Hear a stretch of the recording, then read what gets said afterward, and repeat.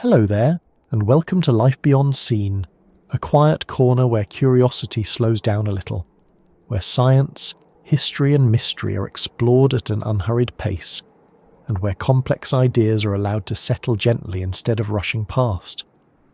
Tonight, the focus turns toward a stretch of water that most people pass without a second thought, a familiar inland sea bordered by busy cities, fishing towns and long ribbons of shoreline. Lake Michigan looks ordinary on the surface.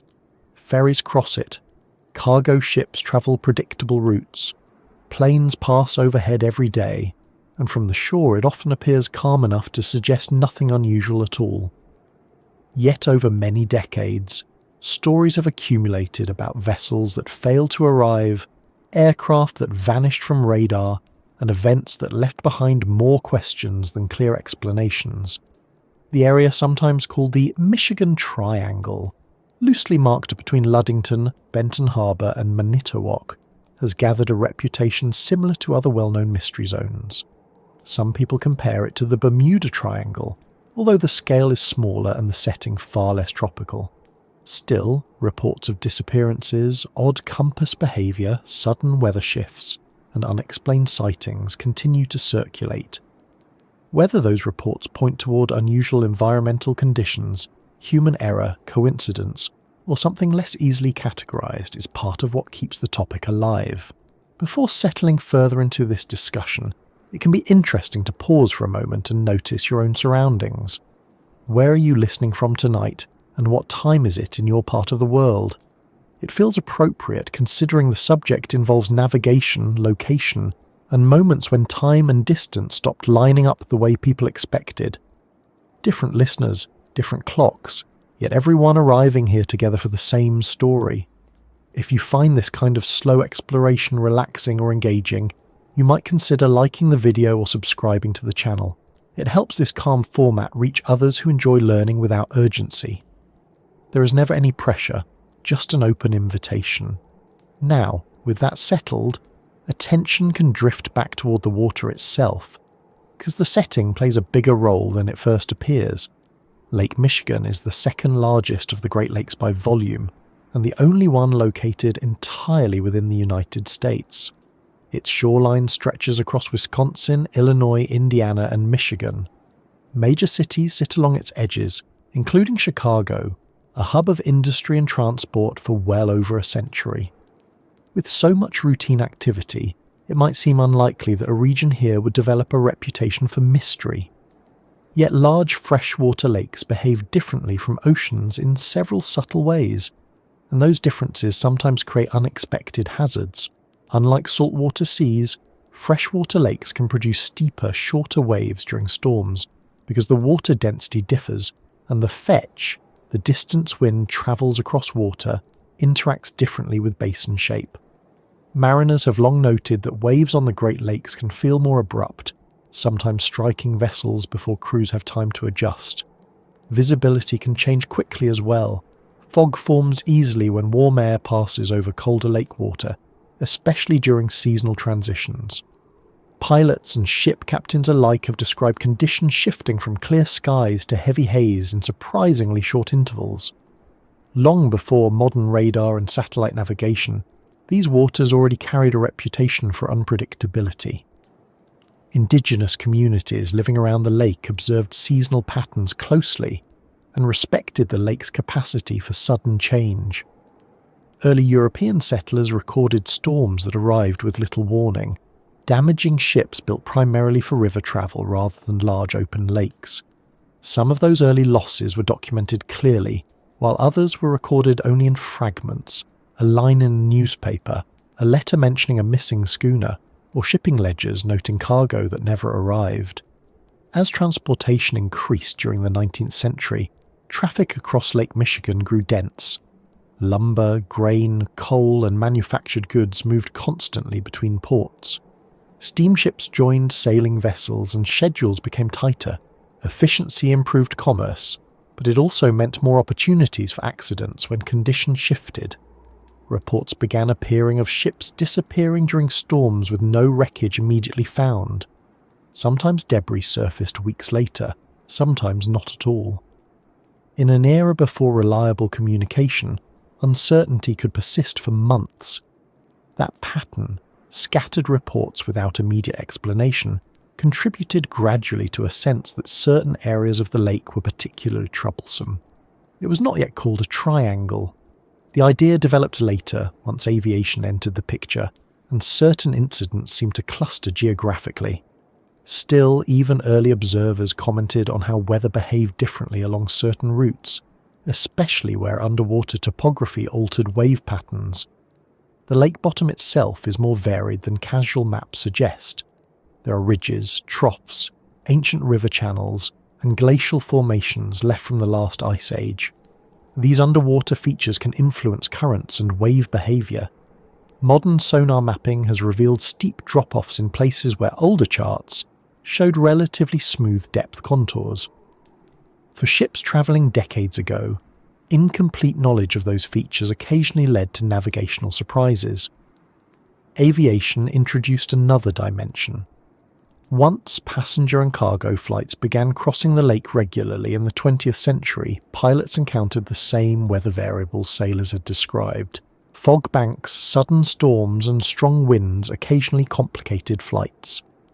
Most trips ended uneventfully, yet a handful did not, and each unexplained disappearance naturally attracted attention. One of the earliest widely discussed aviation incidents occurred in the mid-20th century when a passenger aircraft disappeared during a routine flight over Lake Michigan. Weather reports suggested moderate turbulence but nothing extreme.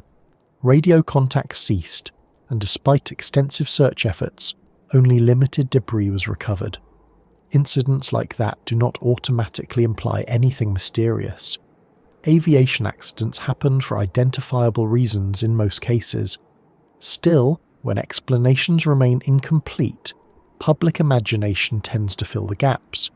Media coverage played a role here. Newspapers and later television reports highlighted unusual elements, sometimes emphasizing mystery more than probability. A missing vessel becomes more compelling when framed as vanishing without a trace, rather than as a likely accident with unrecovered wreckage. Over time, separate incidents began to feel connected in the public mind, even if investigators treated them individually. It is worth noting that Lake Michigan supports heavy traffic. Commercial shipping lanes, recreational boating, and frequent flights create many opportunities for incidents simply through volume alone. Statistically, a busy region will accumulate accidents. Yet statistics rarely capture emotional impact. When people hear about multiple disappearances in one area, the pattern stands out even if the underlying causes differ. Another factor involves technological transition periods. Whenever navigation technology shifts from compass to radio beacons, from early radar to satellite GPS, there is an adjustment phase. Equipment reliability improves overall safety, but during adoption phases, misunderstandings or calibration errors can occur. Historical accident reports occasionally reference such transitional challenges. Magnetic variation has also been discussed in connection with the region. The Earth's magnetic field changes gradually over time, and local anomalies can affect compass readings slightly. These variations are usually well documented, and modern navigation systems compensate automatically. Earlier mariners, however, sometimes worked with less precise data. Small compass deviations combined with fog or storm conditions could lead to course errors significant enough to create problems. Human factors remain central as well. Fatigue, distraction, miscommunication, and overconfidence contribute to many transportation incidents worldwide.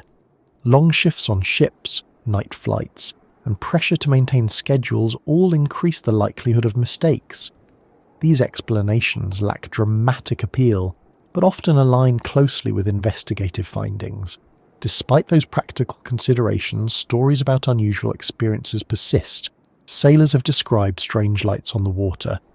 Pilots have reported momentary instrument confusion, and recreational boaters occasionally recount disorientation during sudden fog banks. Such accounts do not automatically indicate unknown phenomena. Sensory perception changes under stress. Visibility conditions distort distance cues, and unfamiliar reflections on water can appear unexpected. The psychological side of mystery is powerful. Once an area gains a reputation, observers may interpret ambiguous experiences through that lens. A routine navigation glitch feels more significant if one already expects something unusual. Researchers studying perception often note how expectation shapes interpretation. That does not invalidate personal experiences, but it does influence how they are reported and remembered. Seasonal temperature differences between air and water create another dynamic worth mentioning. Lake Michigan remains colder than surrounding land for much of the year. When warm air moves across the cooler surface, fog forms quickly. Conversely, cold air moving over warmer water can generate lake-effect snow or localized storms. These microclimates sometimes surprise even experienced travelers. As commercial aviation expanded after World War II, flight routes across the lake increased because they saved time compared with land detours. Pilots relied on instrument navigation more heavily in those conditions, especially during night flights. Most flights proceeded without incident. Yet the few that did not tended to receive disproportionate attention because water recoveries are inherently difficult. Search and rescue operations on large lakes face logistical challenges similar to ocean searches. Currents disperse debris, visibility underwater is limited, and weather conditions often delay immediate response. Wreckage may settle in deep areas where early technology struggled to reach. Advances in sonar and remotely operated vehicles have since located several long-missing shipwrecks, sometimes decades later, providing closure that earlier generations lacked. All of this contributes to the layered narrative surrounding the Michigan Triangle. Practical environmental factors, evolving technology, human psychology, and media storytelling intertwine. None alone explains the reputation, but together they create a context where mystery feels plausible even when individual incidents have ordinary explanations. At the same time, there is something understandable about fascination with such places. Large bodies of water naturally evoke caution. They conceal depth, shift mood quickly, and resist easy observation. Humans tend to assign stories to environments that remind them of their limits. The ocean has its legends, mountain ranges have theirs, and large lakes are no exception. As attention continues drifting across this region, more specific historical events begin to come into focus, including documented ship disappearances that helped shape the area's reputation long before the term Michigan Triangle entered common use. Those early maritime accounts provide a foundation for understanding how the narrative developed, and they also reveal much about navigation practices of their time, weather forecasting limitations, and the everyday risks sailors accepted as part of their profession. From there, the story naturally widens because geography, weather, human experience, and technology all interact in ways that are easier to appreciate once those early incidents are seen in context, and that gradual unfolding helps explain why this stretch of Lake Michigan continues to attract attention even today without needing any sudden conclusion or dramatic shift in tone. When people first hear about the Michigan Triangle, the reaction is often mild surprise rather than alarm. After all, Lake Michigan does not immediately suggest danger. It is surrounded by familiar landscapes, busy ports, holiday beaches, fishing harbours, and cities whose lights reflect calmly off the water at night. From a distance it looks dependable, almost domestic compared with open oceans. Ferries cross regularly, cargo ships follow established lanes, and aircraft pass overhead so routinely that most passengers barely glance down. Yet reputations do not always form around appearances, and this particular stretch of water has accumulated enough unusual stories to keep it quietly present in conversations about unexplained disappearances. The reputation did not appear overnight. It developed gradually, incident by incident, decade by decade, often without dramatic headlines at first. Early reports usually described missing ships in practical terms: a vessel overdue, cargo unaccounted for, families waiting at docks longer than expected. Weather often received the blame, sometimes correctly, sometimes by default when no clear wreckage surfaced. Only later, when people began noticing how many such events seemed to occur within a loosely defined area, did the idea of a pattern begin to take shape. Geographically, the region commonly associated with the Michigan Triangle is defined by 3 approximate points: Ludington on the eastern shore of the lake, Manitowoc on the western side, and Benton Harbor further south form a rough triangular zone across central Lake Michigan. This is not an official boundary recognised by maritime authorities. It is more a convenient outline used by writers and researchers when discussing clusters of incidents. Shipping routes pass through this area frequently because it offers efficient connections between industrial ports, agricultural centres, and urban markets. Looking at a modern navigational chart, nothing immediately stands out as extraordinary. Depth contours vary, but not more dramatically than elsewhere in the Great Lakes. Lighthouses mark coastlines, buoys indicate channels, weather monitoring stations provide regular updates. Still, charts do not capture everything. Underwater terrain, shifting currents, and local weather patterns sometimes combine in ways that are not obvious from surface observations. The lake itself behaves more like a small sea than an inland body of water. It is long enough for strong winds to generate substantial waves, especially when storms track along its length. Mariners have long described situations where calm conditions change quickly. A clear horizon becomes hazy, wind direction shifts, and wave height increases within a relatively short time. Modern forecasting has improved prediction accuracy, yet even now sudden squalls occasionally develop faster than expected. Historical shipping records provide some insight into how early sailors experienced the lake. 19th century logs frequently mention fog, wind shifts, and reduced visibility. Ships relied heavily on compass bearings, shoreline landmarks, and dead reckoning. Navigation errors were not uncommon, particularly at night or during storms. When accidents occurred far from shore, locating wreckage was difficult. Freshwater preserves wood better than saltwater, but depth and sediment can conceal wrecks for decades. One often overlooked aspect involves communication limitations of earlier eras. Before reliable radio transmission, a ship departing port might not report again until arrival. If it failed to appear, the last known position could be uncertain by many miles. Search efforts therefore began with incomplete information. Many missing vessels were probably lost in conditions that today would trigger earlier warnings or rerouting. As industrialization accelerated around the Great Lakes in the late 19th and early 20th centuries, traffic increased sharply.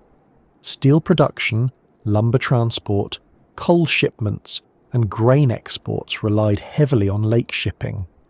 Ports expanded, schedules tightened, and ships grew larger. Efficiency improved commerce but also increased exposure to risk, simply because more vessels were operating more often. At the same time, public awareness of accidents grew. Newspapers circulated widely, and stories about maritime incidents attracted readership. Reports often balanced factual detail with narrative elements designed to hold attention. Phrases suggesting mystery or unusual circumstances sometimes appeared even when investigators suspected conventional causes. Over time, those descriptions accumulated, shaping perception beyond the individual events themselves. Aviation added another layer once commercial flights began crossing the lake regularly. Aircraft routes often favoured direct paths over water to reduce travel time. Pilots faced similar weather variables as mariners, including fog banks and sudden storms, but with additional factors such as icing conditions and limited emergency landing options. Most flights passed without incident, yet the few that encountered trouble tended to draw strong interest. One widely discussed aviation disappearance involved a passenger flight that vanished during a nighttime crossing. Communication ceased without clear distress signals. Search operations covered large areas, but recovery was limited. Investigators examined weather data, mechanical possibilities, and navigation factors. Conclusions pointed toward likely causes rather than definitive answers, leaving room for continued speculation. Such cases contributed significantly to the area's reputation. People tend to remember unresolved events more vividly than explained ones. When several such events occur within a similar region, the human mind naturally connects them. Pattern recognition is a powerful cognitive tool, essential for survival in many contexts, yet it can also produce associations that extend beyond available evidence. Magnetic variation occasionally enters discussions about the Michigan Triangle. The Earth's magnetic field is not uniform. Local anomalies can influence compass readings slightly, especially in regions with certain geological formations. These variations are typically mapped carefully, and modern navigation systems adjust automatically. Earlier navigators sometimes relied on less precise data, making small deviations more consequential. Weather remains the most consistently documented factor in incidents across the lake. Rapid temperature contrasts between water and air generate fog frequently. Cold fronts moving across the lake can intensify storms quickly. Winter conditions introduce ice hazards, while summer brings thunderstorms that develop with little warning. Each of these factors alone can challenge navigation. Combined, they increase complexity. Another environmental element involves seeches, standing waves caused by atmospheric pressure changes and wind shifts. These can alter water levels temporarily along shorelines, sometimes affecting harbour conditions. While not usually dangerous offshore, they illustrate how dynamic the lake environment can be. Underwater visibility also complicates investigations. Freshwater clarity varies seasonally. Sediment disturbance during storms reduces visibility significantly. Sonar technology has improved wreck detection, yet deep areas still require specialized equipment. Several shipwrecks have been located decades after disappearance, often in remarkably preserved condition due to cold freshwater temperatures. These delayed discoveries sometimes reshape earlier assumptions. A ship once thought lost under mysterious circumstances may later show clear signs of storm damage or structural failure. Each such finding helps refine understanding, yet public narratives often persist longer than updated explanations. Psychological aspects contribute as well. Large expanses of open water can affect perception. Without fixed visual references, distance estimation becomes difficult. Pilots and sailors alike report occasional disorientation, particularly in fog or at night. Instrument reliance mitigates this risk, but human factors always play a role. Stories of unusual sightings occasionally emerge. Lights on the horizon, unexplained sounds, or momentary instrument irregularities. Most have plausible explanations involving atmospheric optics, reflections, electrical interference, or simple misinterpretation under stress. Still, once a region acquires a reputation, such reports tend to be framed within that existing narrative. The comparison with the Bermuda Triangle arises frequently, though the environments differ substantially.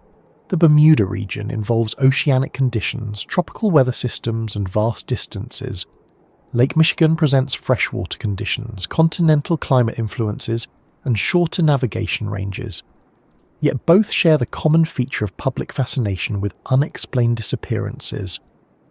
It is also worth noting that many regions worldwide have similar reputations. Certain mountain passes, desert routes, and coastal waters accumulate stories over time. Often the underlying causes involve environmental challenges combined with incomplete historical records. Mystery arises partly from gaps in documentation. Advances in technology have reduced uncertainty considerably. GPS navigation, real-time weather radar, improved communication systems, and stricter safety protocols all enhance situational awareness. Commercial shipping and aviation across Lake Michigan today operate with safety levels far exceeding those of earlier eras. Incidents still occur, as in any busy transport corridor, but unexplained disappearances are far less common.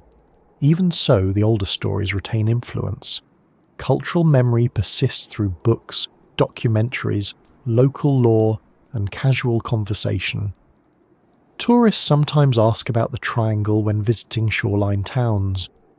Maritime museums include exhibits on historic shipwrecks. Pilots occasionally mention the area during informal discussions, usually with a blend of respect for the lake and recognition of its unpredictability. Respect may be the most appropriate word. Large bodies of water command caution regardless of reputation. Conditions change, equipment fails, and human judgment varies. Viewing incidents through that lens provides practical understanding without diminishing the genuine interest people feel toward unresolved events. As attention continues moving across the lake, the physical setting becomes increasingly important. Geography influences weather, navigation routes, and even how stories spread. Understanding shoreline layout, underwater features, and regional climate patterns provides context for many historical incidents associated with this area. That broader geographical picture begins to clarify how an apparently ordinary stretch of fresh water develops such a distinctive reputation, and once those physical details come into view, the connections between environment, human activity, and recorded disappearances start to align in ways that make the next part of this exploration feel like a natural continuation rather than a shift in direction. When conversations turn toward disappearances in any body of water, attention usually settles first on events: ships, planes, missing cargo, unfinished journeys. Yet the setting itself often explains far more than individual incidents ever could. Lake Michigan is not just a backdrop for stories. It is an active environment shaped by geology, climate, and geography that influences everything travelling across it. Understanding that setting does not remove curiosity about the Michigan Triangle, but it does provide the context necessary to see why this particular stretch of water behaves the way it does. Lake Michigan sits entirely within the United States, bordered by Wisconsin to the west, Illinois and Indiana to the southwest, and Michigan to the east and north. Its shape is long and slightly curved, stretching roughly 494 kilometers from north to south. At its widest point, it spans about 190 kilometers. Those dimensions make it large enough to generate weather patterns that resemble coastal seas more than typical inland lakes. When wind moves along that long axis, waves have space to build strength, sometimes reaching heights that surprise people expecting calmer freshwater conditions. Depth varies significantly. The average depth sits around 85 meters, but the deepest recorded point exceeds 280 meters. Beneath the surface lies a landscape formed largely during the last glacial period. Massive ice sheets once covered this region, carving basins, depositing sediment, and shaping shorelines as they retreated. The lake basin we see today is essentially a glacial scar filled with meltwater accumulated over thousands of years. This glacial origin explains many underwater ridges, slopes, and troughs that influence currents and sediment movement. The eastern shoreline, particularly along Michigan's coast, features extensive sand dunes. Some rise more than 100 meters above lake level. These dunes formed from glacial sand redistributed by wind and wave action. While visually striking from land, they also indicate ongoing shoreline dynamics. Sandbars shift, coastal contours change gradually, and shallow near-shore areas can vary over time. For vessels approaching ports, these shifting features historically required constant chart updates. On the western side, Wisconsin's shoreline tends to be more varied, with rocky sections interspersed among sandy beaches. Several natural harbours developed there, supporting fishing communities and later industrial ports. Manitowoc, one of the triangle's commonly cited vertices, became known for shipbuilding and maritime trade. Its location along major shipping routes made it an important transit point. The southern end of the lake differs again. Chicago and nearby industrial centres transformed that shoreline extensively during the 19th and 20th centuries. Harbour construction, breakwaters, dredging, and shoreline reinforcement altered natural contours. While these changes improved navigation safety near ports, they also influenced local currents and sediment patterns. Climate plays a major role in shaping lake behaviour. Lake Michigan lies within a continental climate zone characterised by warm summers and cold winters. Seasonal temperature differences between water and air drive many local weather phenomena. Because water retains heat longer than land, the lake often moderates nearby coastal temperatures. Winters near the shore can be slightly milder, while summers feel cooler compared with inland areas. This temperature contrast also creates lake effect weather. In winter, cold air moving across relatively warmer water picks up moisture, producing snow downwind. Western Michigan often receives heavy snowfall from this effect. While visually dramatic on land, it reflects atmospheric instability that can extend over the lake itself, influencing visibility and wind patterns important to navigation. Fog formation is another frequent occurrence. Warm, moist air passing over cooler lake water condenses quickly. Mariners and pilots both report situations where visibility drops sharply within minutes. Modern forecasting predicts many such events, yet local variations sometimes exceed expectations. Before advanced meteorological tools, fog posed one of the greatest hazards on the lake. Wind patterns deserve particular attention. Prevailing westerlies dominate much of the year, but seasonal shifts introduce variability. Autumn storms tend to be especially strong as cold air masses move southward and interact with lingering warm water.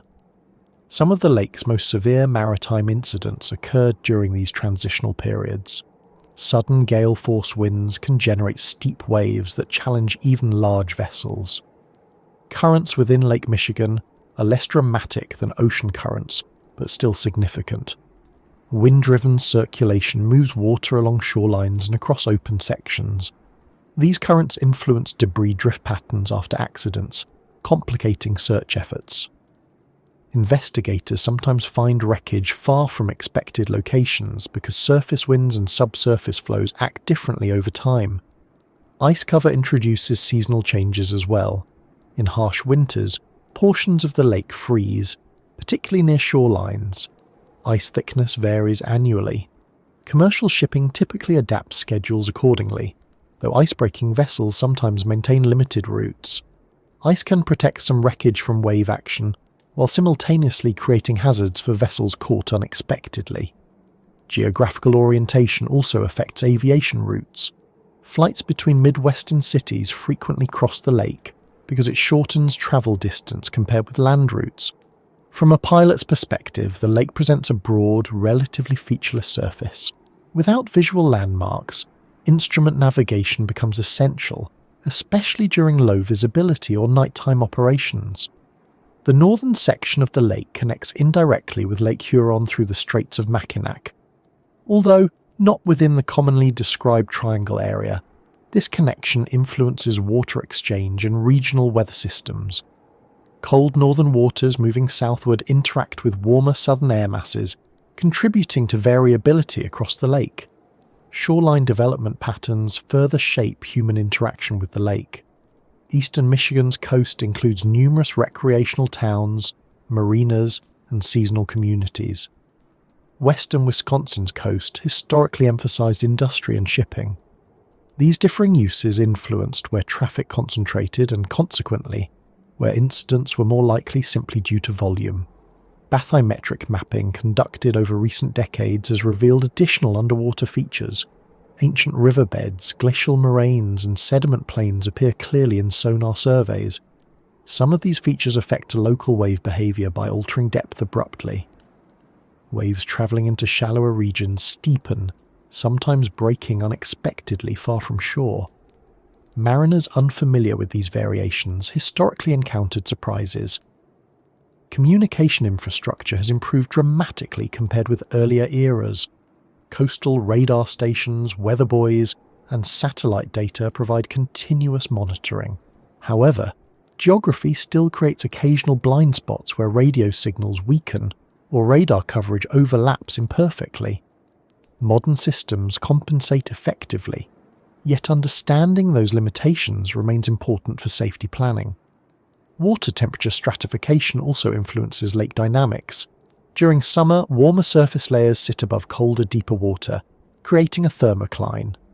Storms can disrupt this layering, bringing cold water upwards suddenly.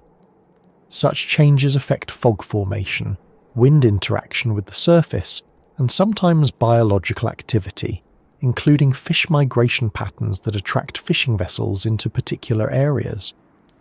Ecological factors rarely enter discussions about disappearances directly, yet they illustrate how active the lake environment remains. Algae blooms, invasive species, and nutrient cycles all reflect ongoing environmental change. While not hazards themselves, they signal the lake's responsiveness to climate and human activity. Urban light pollution along the southern shoreline creates another subtle effect. At night, reflected city lights on low clouds or fog layers can distort visual perception for pilots or sailors unfamiliar with the area. Such optical effects are well understood scientifically, though they still surprise observers encountering them unexpectedly.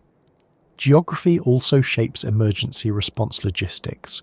Coast Guard stations, harbour access points, and air rescue facilities are distributed according to shoreline population density and shipping patterns.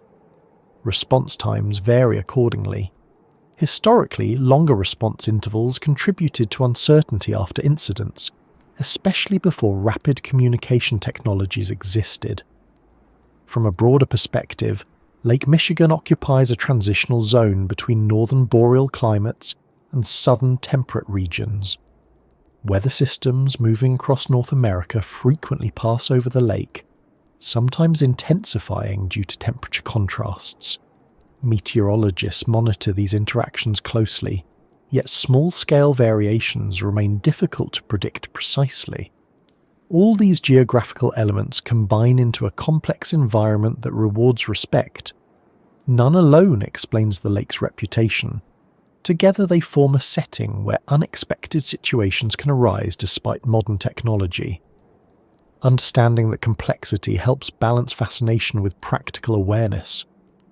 As attention shifts from physical setting toward historical activity on the lake, early maritime experiences become especially relevant. Ships operating under 19th century conditions faced this environment with far fewer tools than today. Their stories, documented in logs, newspapers, and oral tradition, contributed strongly to the evolving narrative surrounding this region. Those early maritime accounts provide insight not only into specific incidents, but also into how people perceived the lake at different points in history, and following that thread naturally leads toward the first widely discussed ship disappearances that helped establish the reputation still associated with this stretch of water.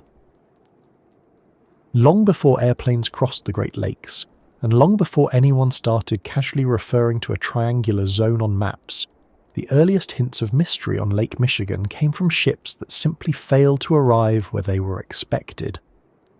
Shipping on the lake began in earnest during the early 19th century as settlement expanded westward, and industrial growth demanded reliable transport routes. Timber, grain, iron, ore, coal, and manufactured goods all moved across the water, often faster and more economically than by land. The lake was not seen as mysterious then. It was seen as useful, sometimes challenging, but fundamentally practical. Yet even in those early years, certain voyages ended without clear explanation, and those incidents formed the first layer of what later generations would interpret as a pattern. Early vessels were mostly wooden schooners and brigs, powered by sail. Steamships began appearing later, but sail dominated much of the 19th century. Navigation depended on compass readings, shoreline landmarks, celestial observations when weather allowed, and accumulated local knowledge. Weather forecasting was limited, telegraph networks were still developing, and many ships departed without any way to communicate once out of sight of shore. If a storm arose unexpectedly, crews managed it as best they could with whatever information they had. The lake itself did not always provide warning. Mariners frequently described conditions shifting rapidly. A calm morning could give way to strong winds by afternoon. Fog banks rolled in with little notice.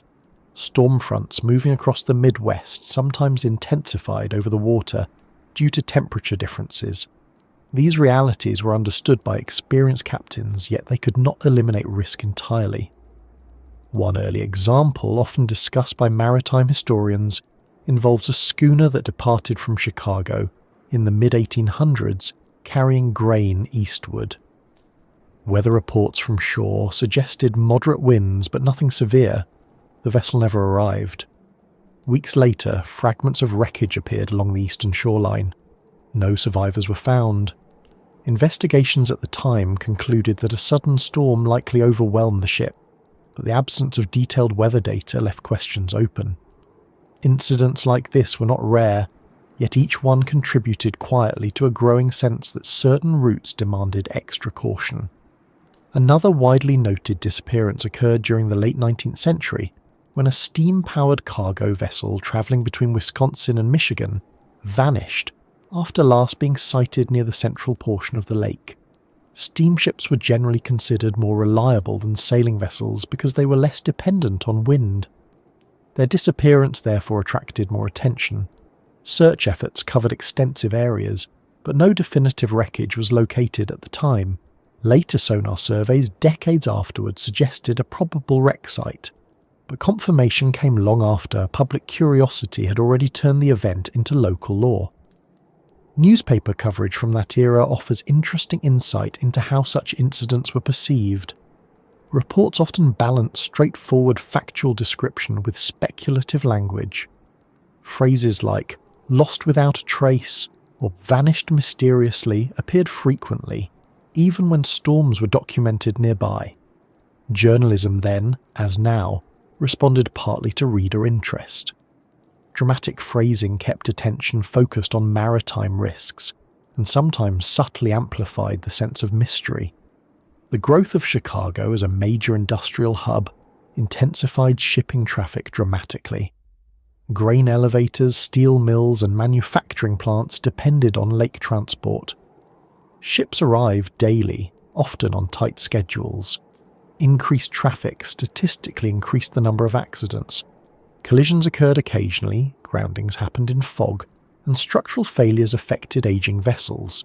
Each incident added another data point, though not always one interpreted purely statistically by the public.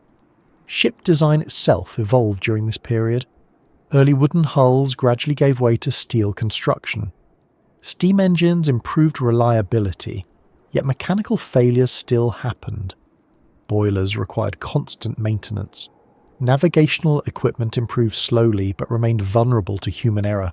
A misread compass bearing or incorrect chart reference could place a vessel in unexpected waters, especially during poor visibility. The late autumn shipping season proved particularly hazardous. Warm water from summer months interacted with cold incoming air masses, producing intense storms. Mariners eventually referred to some of these as November gales. Historical records show several ships lost during such conditions. While meteorology now explains these storms well, earlier observers often lacked sufficient data to fully understand what happened in real time. Communication limitations also played a major role. Before wireless radio became standard in the early 20th century, ships could not report changing conditions while underway. If trouble developed, distress signals were limited to visual flares or flags, effective only if another vessel was nearby. Many ships likely sank without any opportunity to send warnings. Families and port officials learned of trouble only when expected arrival times passed without contact. Coastal communities responded pragmatically. Lighthouse construction expanded along dangerous shorelines. Light ships anchored offshore marked hazards. Life-saving stations staffed by trained crews began operating in key locations. These measures improved survival rates, yet they could not eliminate all accidents, especially those occurring far from shore. One particularly discussed 19th century incident involved a passenger vessel travelling northward along the lake. Witnesses on another ship reported seeing it during deteriorating weather conditions. Shortly afterward, visibility dropped completely. The passenger vessel never reached its destination. Debris eventually washed ashore, but no full wreck site was identified at the time. Investigations cited severe weather, though the lack of survivors left details uncertain. Stories about that voyage circulated for years, often retold with increasing dramatic emphasis. Lake bottom topography sometimes contributed indirectly to these losses. Certain underwater ridges create wave interference patterns during storms. Mariners unfamiliar with those patterns might encounter unexpectedly steep waves. Modern bathymetric mapping has clarified many such features, but earlier charts lacked that precision.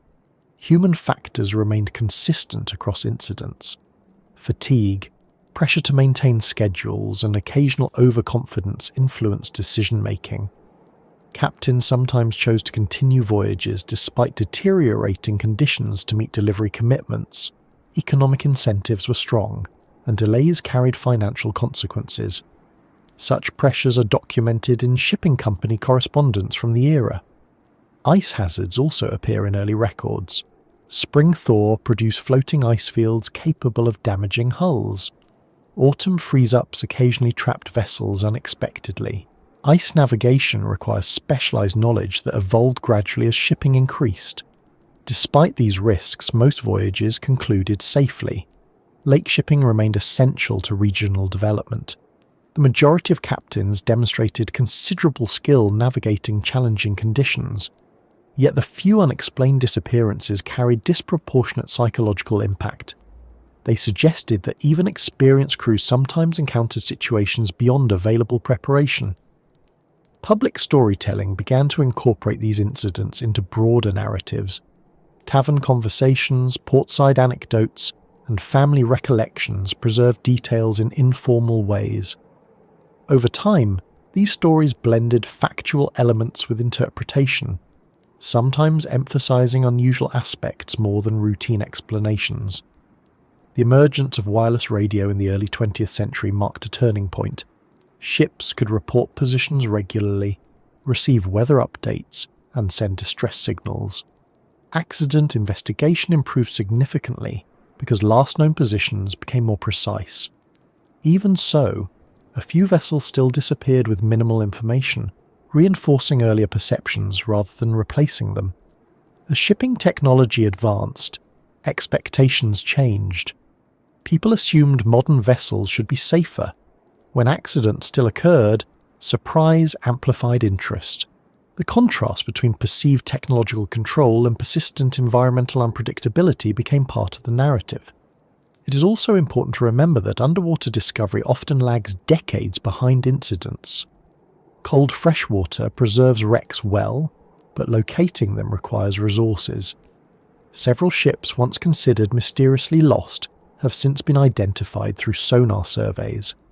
Findings typically show structural damage consistent with storms, collisions, or mechanical failure. These discoveries provide closure scientifically, though public memory sometimes retains earlier mystery-focused interpretations. Environmental data collected over the past century supports the view that Lake Michigan experiences significant but explainable variability. Wind patterns, thermal gradients, and atmospheric pressure changes account for most severe conditions historically associated with maritime losses. None require unknown forces, though their combined effect can still challenge even modern vessels under certain circumstances. The idea of a defined Michigan Triangle did not exist during most of these early maritime incidents. That label emerged later, once aviation disappearances entered public awareness, and writers began connecting older ship losses geographically. Retrospective pattern recognition is common in historical analysis. Once a concept exists, earlier events are often grouped under it. Looking back, the earliest maritime mysteries on Lake Michigan reflect a mixture of environmental complexity, evolving technology, human decision-making, and limited communication infrastructure. None alone explains every disappearance, yet together they form a coherent context. Understanding that context does not remove intrigue, but it shifts focus toward realistic contributing factors. As transportation methods continued evolving, aviation introduced new dimensions to these waters. Flights crossing the lake encountered some of the same environmental conditions sailors had long described, but with additional technical variables unique to aircraft operation. Those developments added fresh stories to the region's growing reputation, and following that transition naturally leads into the period when aircraft incidents began shaping public perception alongside the older maritime accounts. By the time commercial aviation began routinely crossing Lake Michigan, the lake already had a long maritime history behind it. Ships had sailed those waters for generations, and pilots initially treated the lake simply as another geographic feature along efficient air routes. Flying over water shortened travel time between Midwestern cities, avoided congested land corridors, and generally posed no unusual concern when weather conditions were favourable. Still, aviation introduced a different kind of vulnerability. Aircraft depend heavily on instruments, visibility, and continuous communication. When one of those elements falters, events can unfold quickly. One of the most discussed examples connected with the region involves a mid-20th century passenger flight that disappeared during a routine nighttime crossing, an incident that later became central to discussions about the Michigan Triangle. The aircraft involved was Northwest Orient Airlines Flight 2501. On the evening of June 23, 1950, the plane departed New York City on a scheduled route to Minneapolis, with a planned stop in Milwaukee. The aircraft was a Douglas DC-4, a four-engine propeller-driven airliner widely used at the time for passenger transport. These planes were considered reliable by the standards of the era. They had logged countless hours across North America and overseas. Nothing about the aircraft itself initially suggested imminent danger. Passengers boarded expecting a standard overnight journey, the sort many people took routinely as commercial aviation expanded after World War II. Weather conditions along the route were mixed that evening. Reports indicated thunderstorms developing across parts of the Midwest, including sections near Lake Michigan. Storm forecasting in 1950 relied on less sophisticated radar and satellite data than modern meteorology provides.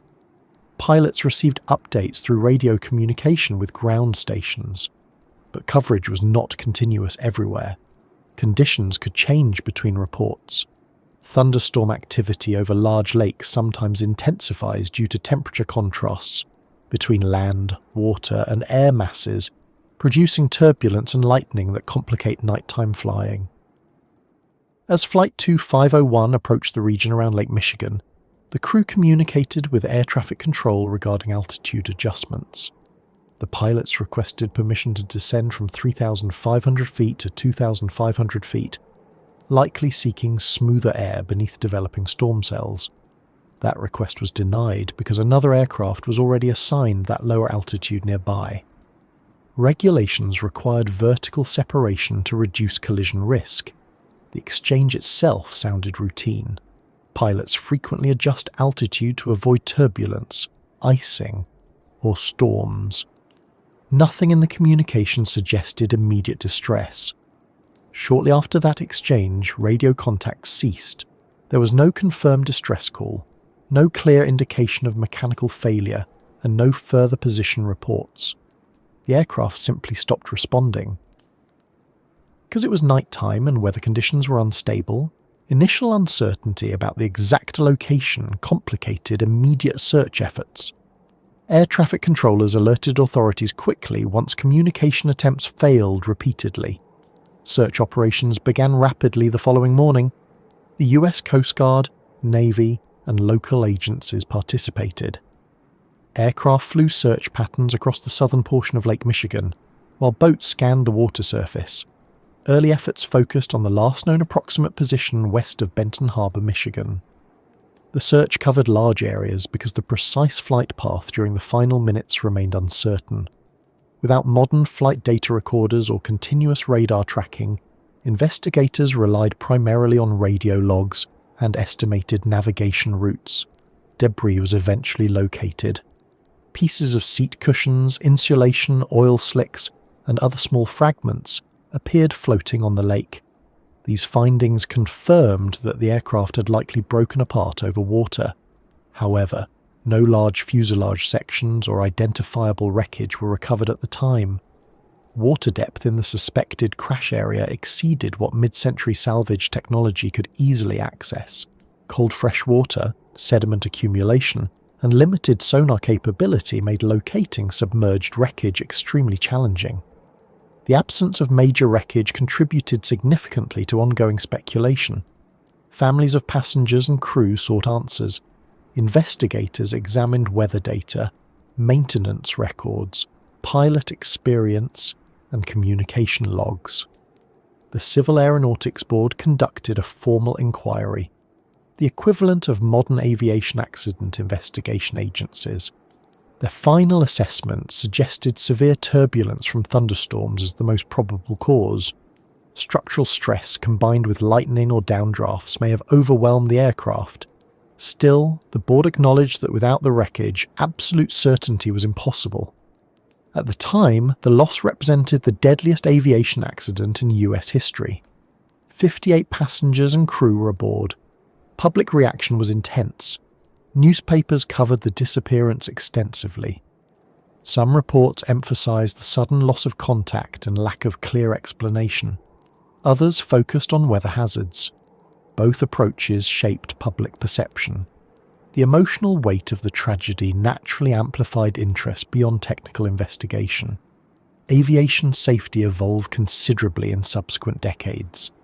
Weather radar improved dramatically, allowing pilots to see storm cells more clearly. Ground radar tracking expanded.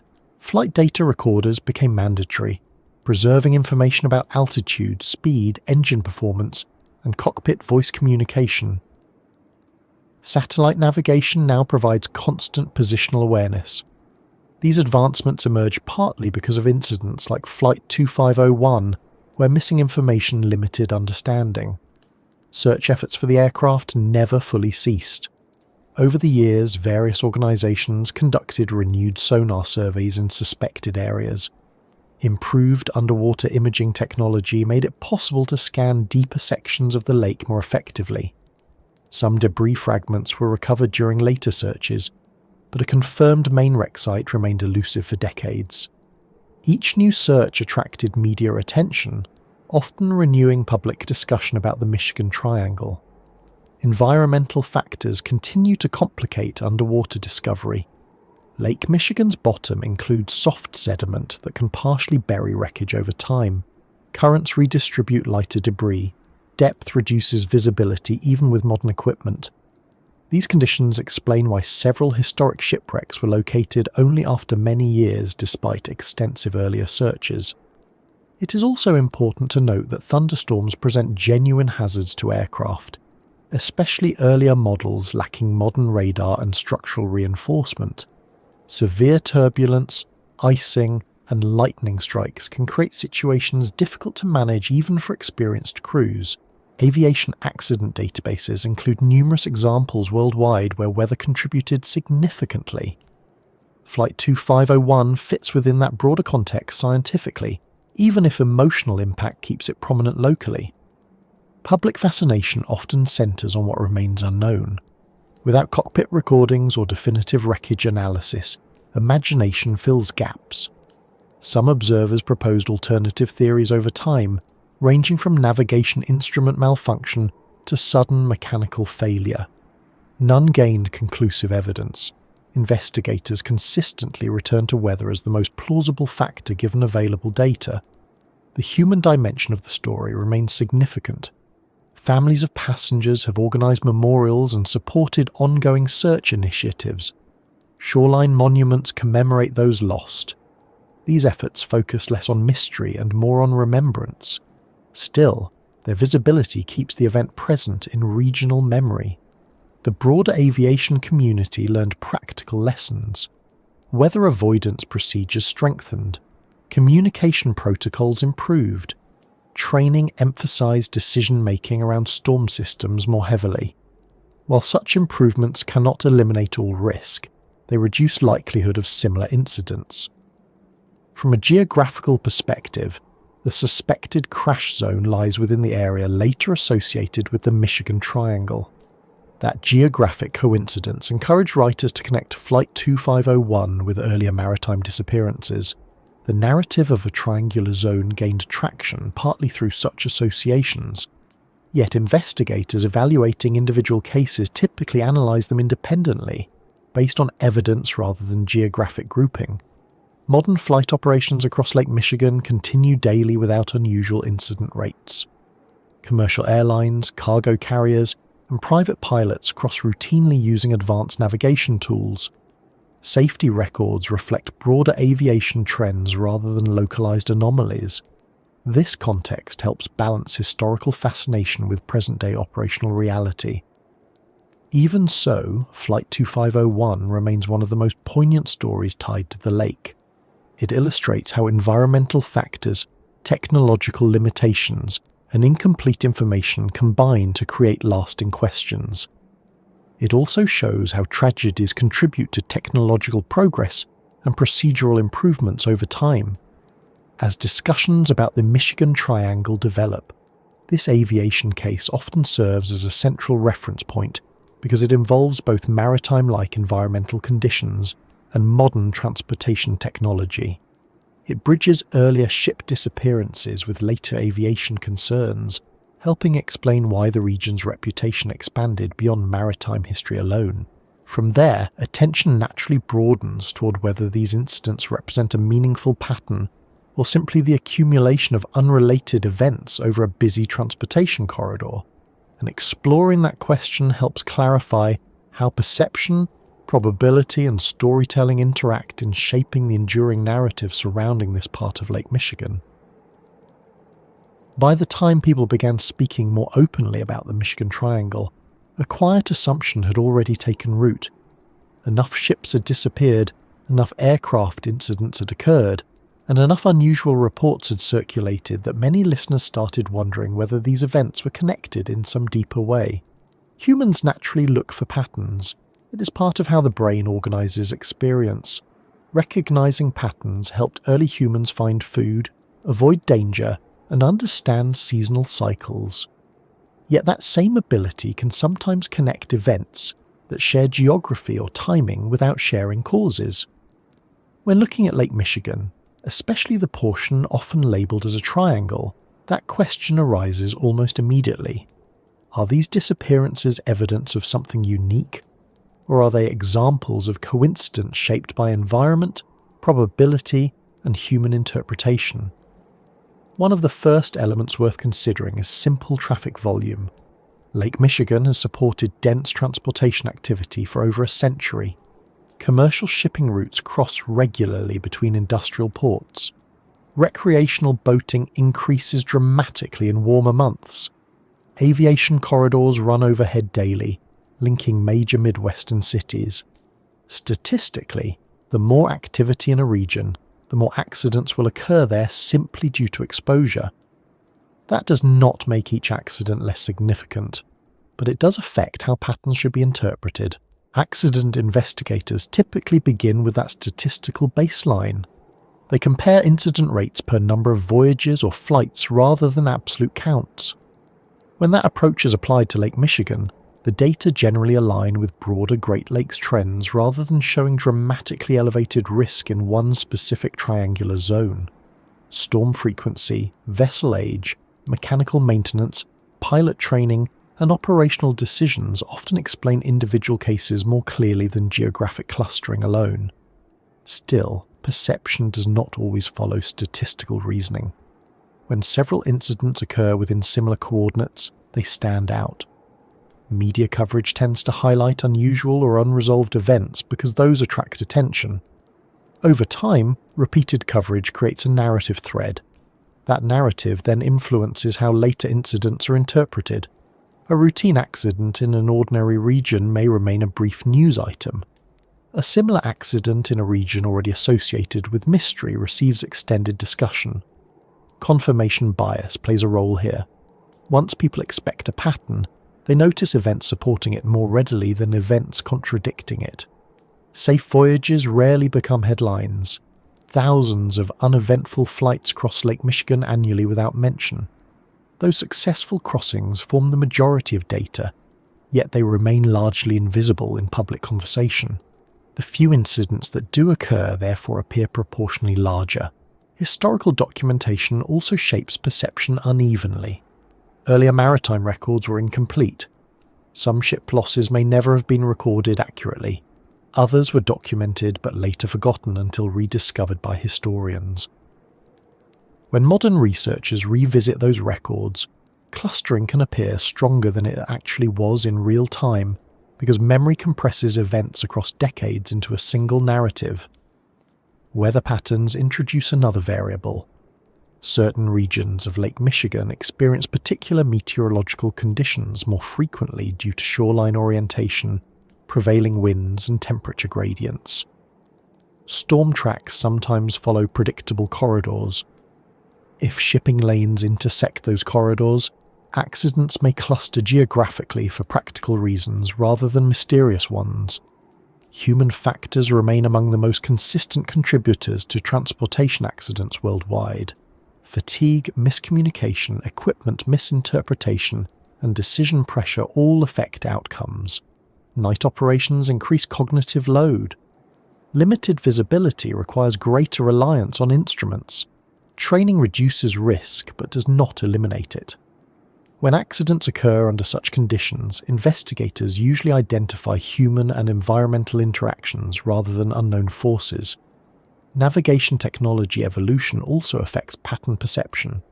Before GPS and advanced radar, positional uncertainty was greater. Pilots and mariners estimated location using multiple imperfect references. Small errors compounded over time. An incident recorded at one coordinate decades ago might actually have occurred several miles away.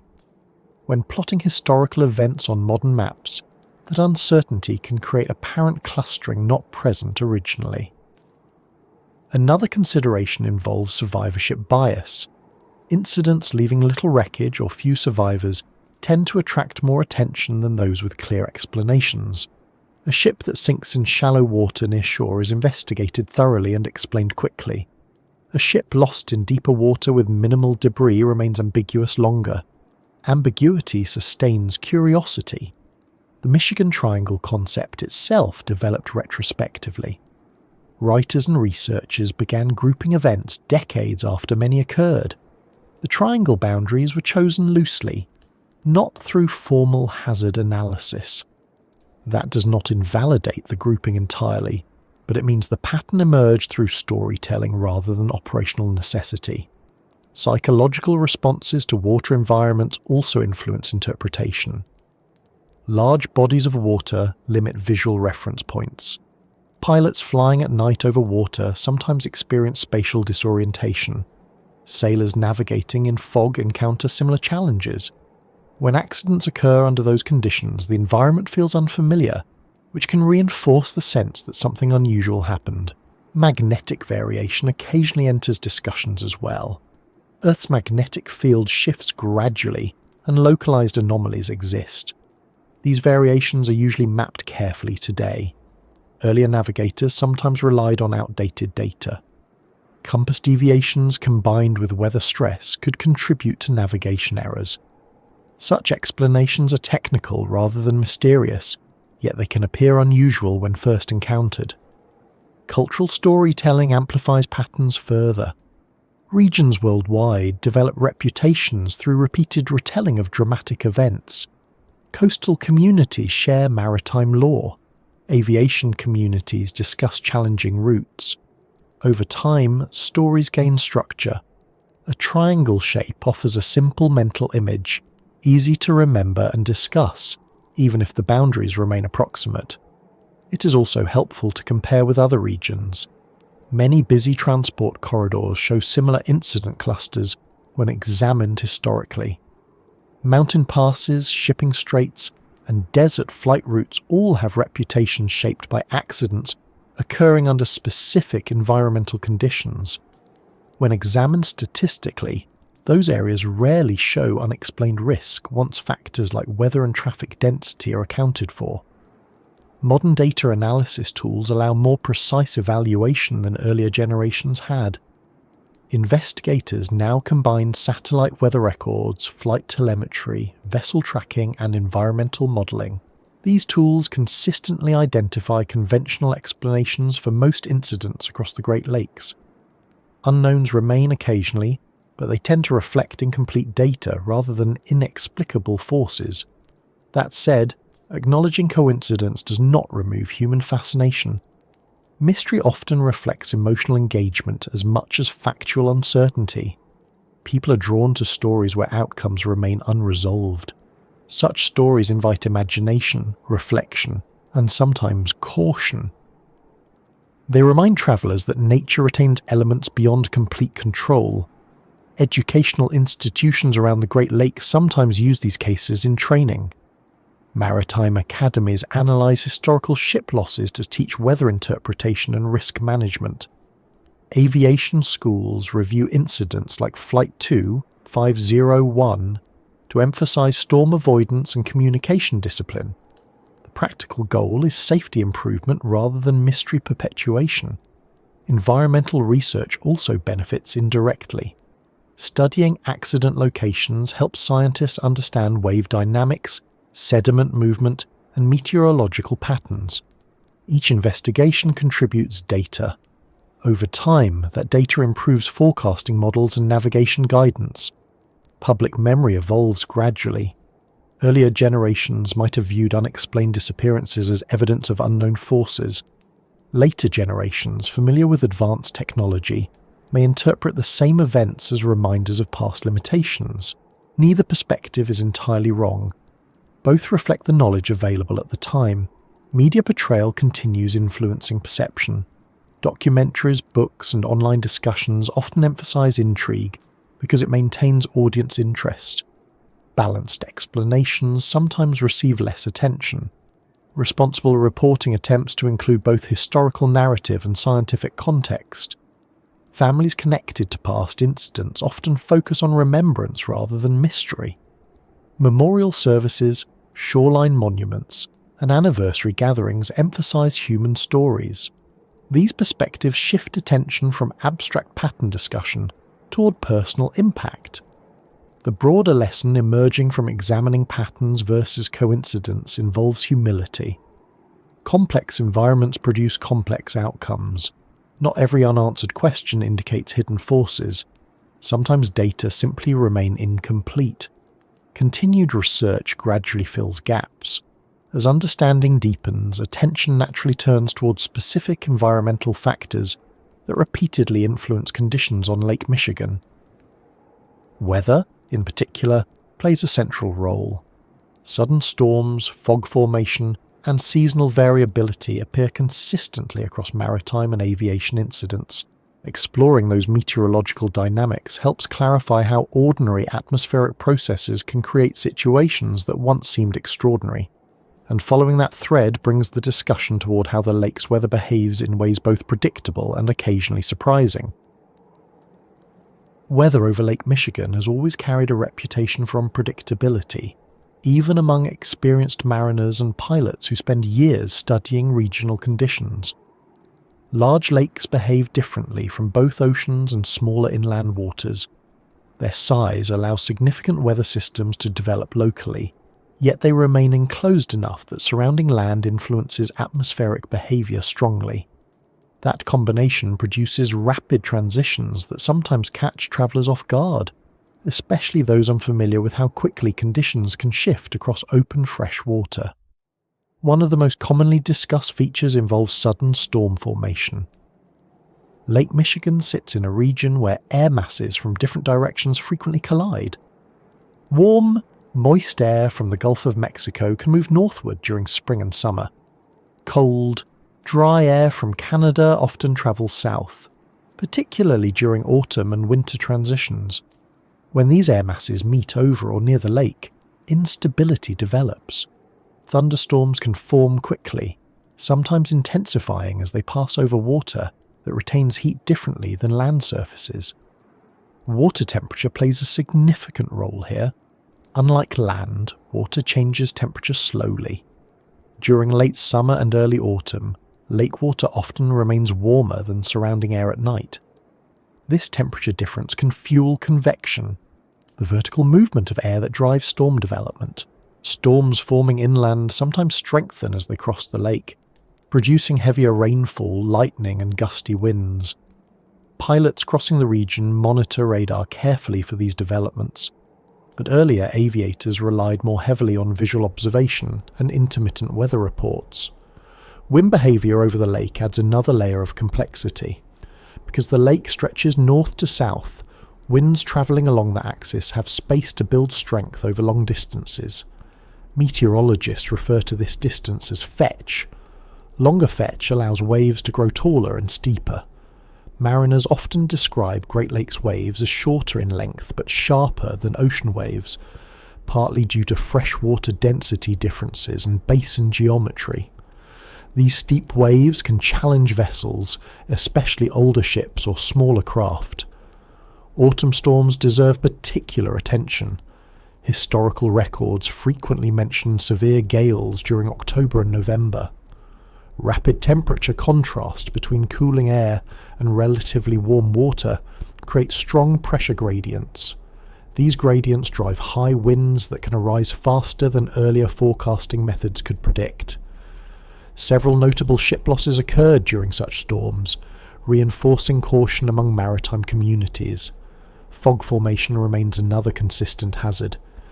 When warm air passes over cooler lake water, condensation occurs rapidly. Visibility can drop from clear conditions to near zero in minutes. Fog reduces visual navigation cues for ships and aircraft alike. Before widespread radar adoption, captains depended on sound signals, compass bearings, and shoreline familiarity during fog events. Pilots rely on instruments under similar conditions, but unexpected fog still increases workload and stress. Seasonal ice also affects weather interaction. Winter ice cover varies annually depending on temperature patterns. Partial ice cover can dampen wave formation, but it introduces other hazards such as ice accumulation on vessels. Ice buildup increases weight, alters stability, and sometimes interferes with mechanical systems. Aircraft flying through freezing precipitation face similar icing risks on wings and control surfaces. Lake effect weather illustrates how water influences atmospheric conditions even beyond the immediate shoreline.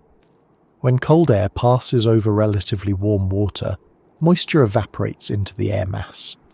As that air moves downwind, often toward Michigan's eastern shoreline, it cools further and releases precipitation, frequently snow during winter months. While this phenomenon primarily affects land areas, the underlying atmospheric instability also influences conditions over open water. Temperature inversions occasionally occur as well. Inversions trap cooler air near the water surface beneath warmer air layers above. This setup can produce stable yet hazy conditions affecting visibility. It can also alter how sound travels, sometimes making distant ship horns or aircraft noise seem unusually close. Such sensory distortions have contributed historically to reports of unusual experiences, though physical explanations account for them. Lightning activity over the lake can be intense during summer storms. Open water offers little grounding resistance, so electrical discharges spread widely. Aircraft are designed to withstand lightning strikes, and ships incorporate grounding measures, but severe electrical activity still increases operational complexity. Early aviation equipment was particularly vulnerable to electrical interference, occasionally affecting radio communication clarity. Pressure changes across the lake sometimes generate seeches, oscillations in water level resembling standing waves. Rapid atmospheric pressure shifts push water toward one shoreline, then allow it to rebound. While typically subtle offshore, seeches can affect harbour conditions and contribute to unexpected water movement. Understanding these oscillations helps explain certain historical observations that once seemed unusual. Microbursts represent another localized hazard. These intense downdrafts from thunderstorms produce sudden wind direction and speed changes. Aircraft, encountering microbursts near water surfaces, face significant risk because altitude margins are limited during approach or low-level flight. Modern radar detection and pilot training address this risk more effectively than in earlier decades. Storm forecasting improvements have transformed safety planning over Lake Michigan. Doppler radar, satellite imagery, and computerized modeling provide continuous updates. Mariners receive alerts through radio broadcasts and digital systems. Pilots access real-time radar displays in cockpits. These tools reduce uncertainty substantially compared with mid-20th century conditions. Still, even advanced forecasting cannot eliminate all surprises. Weather remains inherently dynamic. Small-scale atmospheric interactions sometimes evolve faster than models predict. Experienced captains and pilots therefore emphasize situational awareness alongside technological reliance. Continuous observation remains essential. Historical accident investigations frequently cite weather as a contributing factor rather than a sole cause. Severe turbulence may combine with mechanical vulnerability. Reduced visibility may coincide with navigation error. High winds may exacerbate structural fatigue in aging vessels. The interaction between environmental and human factors often determines outcomes. Training programs now emphasize these interactions. Maritime academies include extensive meteorology courses. Aviation training requires weather interpretation proficiency. Case studies from past incidents illustrate how conditions evolve and how decision-making affects safety margins. Recreational boaters face similar challenges, sometimes with less formal training. Summer storms can develop rapidly during peak boating season. Authorities encourage monitoring marine forecasts, carrying communication equipment, and respecting weather advisories. Many incidents involve smaller craft caught unexpectedly in deteriorating conditions. Climate variability introduces additional considerations. Long-term temperature trends influence ice cover duration, storm intensity, and seasonal timing. Researchers continue studying how climate change may affect Great Lakes weather patterns. While trends emerge gradually, year-to-year variability remains significant. Public perception often emphasizes dramatic storms, yet subtler conditions can also pose risk. Persistent moderate winds can produce fatigue over long voyages. Light fog reduces situational awareness. Repeated minor stresses sometimes accumulate into larger problems. Understanding these cumulative effects helps explain incidents lacking dramatic singular causes. Coastal infrastructure reflects this weather awareness. Lighthouses historically marked hazardous areas where storms frequently affected navigation.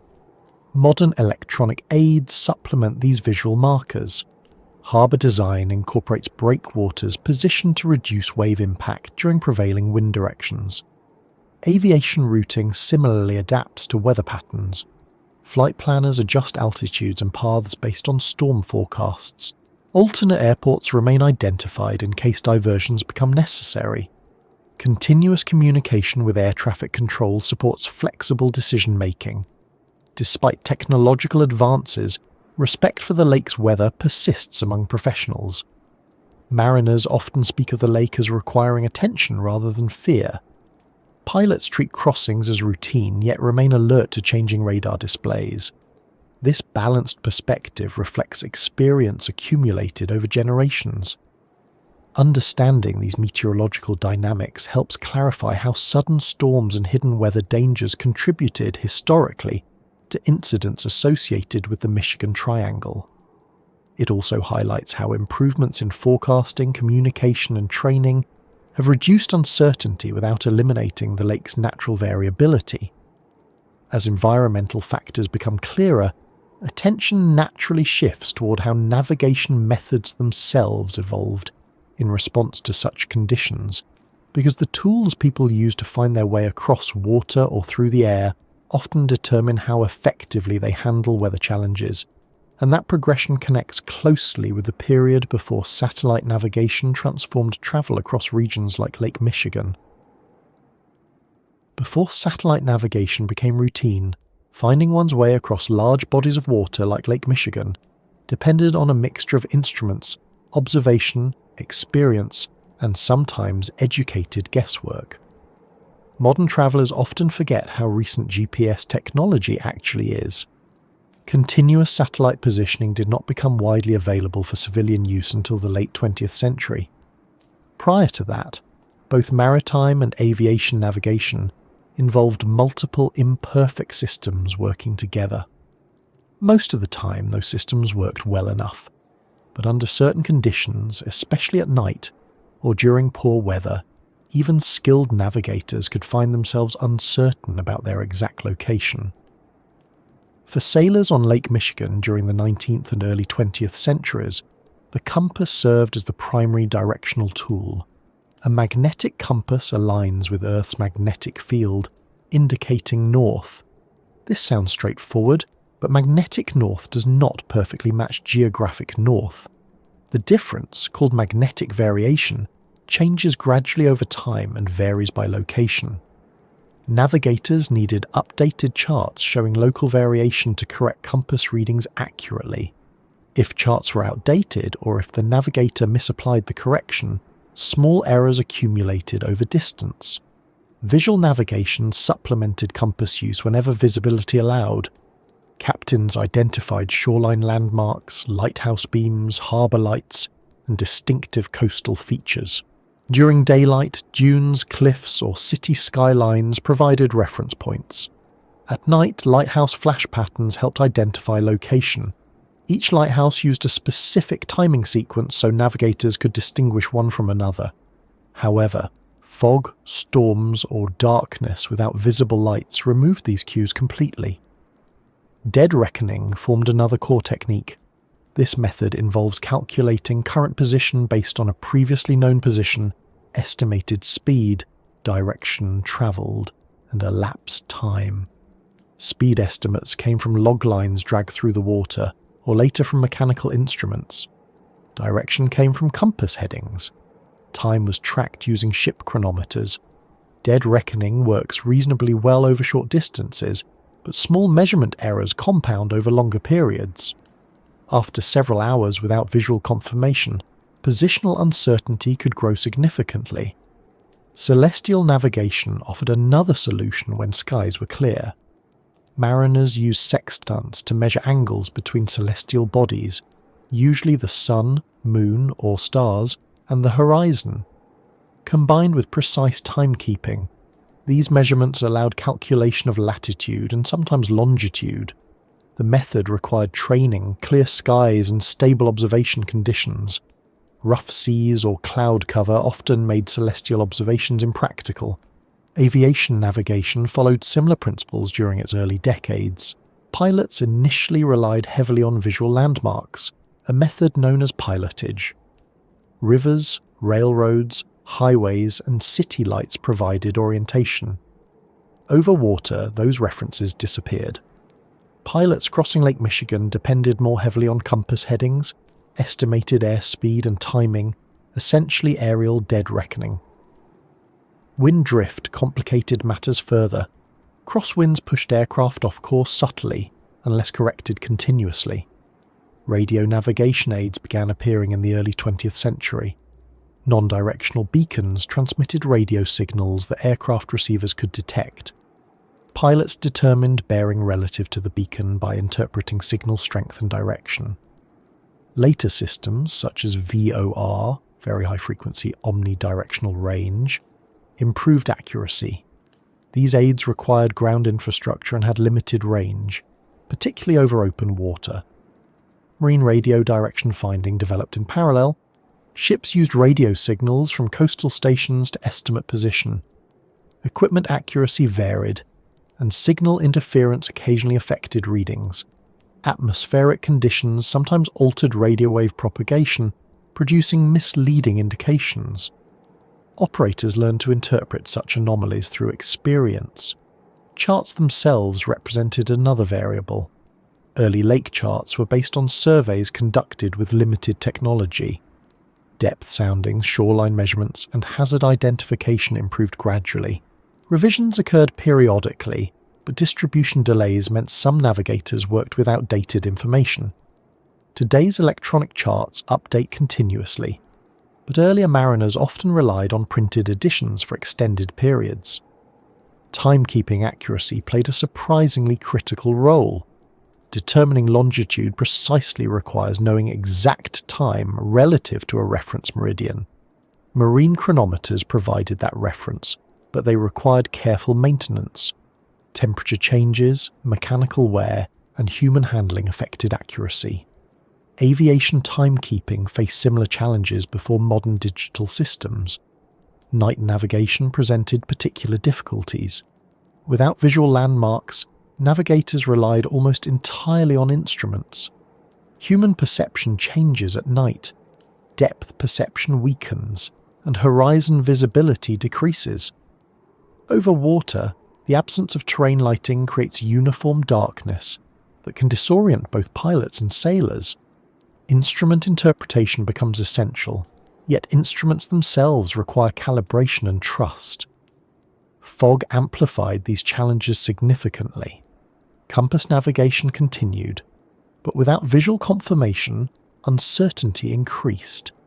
Sound signals, such as foghorns, provided some positional clues near shore, though sound direction can be misleading over water due to temperature inversions and wind conditions. Pilots relied on instrument flight procedures, but early cockpit instrumentation lacked the redundancy and precision of modern systems. Mechanical reliability of navigation instruments also varied. Compasses required regular calibration to account for magnetic interference from metal structures aboard ships or aircraft. Gyroscopic instruments in aircraft depended on stable power sources and vacuum systems. Failures occurred occasionally, sometimes without immediate detection if cross-check procedures were inconsistent. Human factors influenced navigation accuracy continuously. Fatigue affected concentration during long voyages or flights. Stress from weather conditions increased cognitive load. Communication misunderstanding between crew members occasionally introduced errors. Training mitigated these risks, but operational realities sometimes tested even experienced crews. Search and rescue operations before GPS faced significant limitations. When a ship or aircraft disappeared, last known positions often carried uncertainty measured in miles rather than meters. Search areas expanded accordingly. Debris drift patterns depended on winds and currents that were difficult to model precisely. Many wrecks likely remained undiscovered simply because search zones were too large. Technological improvements gradually reduced these uncertainties. LORAN, long-range navigation systems introduced during World War II, used radio signals from multiple transmitters to determine position more accurately over long distances. Aviation adopted similar radio-based systems. These technologies represented major advances, though they still required interpretation and periodic calibration. The arrival of satellite navigation changed expectations dramatically. GPS provides continuous, highly accurate positioning worldwide. Mariners and pilots can now track position in real time with minimal effort. Electronic chart displays integrate positional data automatically. Weather overlays provide immediate situational awareness. Communication systems transmit position data continuously to monitoring agencies. Despite these advances, understanding pre-GPS navigation remains valuable. It explains how earlier incidents occurred without invoking unknown forces. It highlights the skill required to navigate effectively under challenging conditions. It also underscores how technological evolution has improved safety incrementally rather than instantly. Training programs today still teach traditional navigation methods as backup procedures. Mariners learn celestial navigation basics. Pilots practice dead reckoning and radio navigation interpretation. Redundancy ensures resilience if modern systems fail temporarily. This layered approach reflects lessons learned from earlier navigation eras. Lake Michigan's size made it particularly suitable for studying navigation challenges. Large enough to remove constant shoreline reference, yet confined enough that environmental factors changed rapidly, it provided real-world training for both maritime and aviation navigation. Historical records from the region illustrate both successful navigation and occasional miscalculations. Public discussions sometimes attribute disappearances to mysterious forces when navigation uncertainty provides sufficient explanation. Recognizing how easily position errors developed historically helps contextualize those discussions. It does not dismiss curiosity, but it grounds it in operational realities. As navigation technology improved, investigators began examining other potential influences on compass readings and instrument reliability. Magnetic anomalies, geological structures, and atmospheric electrical effects attracted attention. These factors occasionally intersected with navigation accuracy, especially before modern calibration standards became widespread, and exploring those influences helps clarify why compass behavior sometimes entered discussions about incidents associated with this part of Lake Michigan. Long before satellite navigation screens showed precise coordinates at a glance, the compass stood as one of the most trusted tools for travellers crossing water or sky. Sailors relied on it to maintain heading when landmarks disappeared. Pilots used it as a backup even after radio navigation became common. The simple idea behind a compass seems reassuring. A magnetized needle aligns with Earth's magnetic field, pointing roughly north. Yet that simplicity hides a surprising amount of complexity. Earth's magnetic field is not perfectly uniform. It shifts gradually over time, varies by location, and can be influenced locally by geological features. Around large bodies of water such as Lake Michigan, these subtle variations sometimes led to confusion, especially before modern calibration standards became routine. To understand why compass readings occasionally appeared inconsistent, it helps to start with magnetic variation, also known as declination.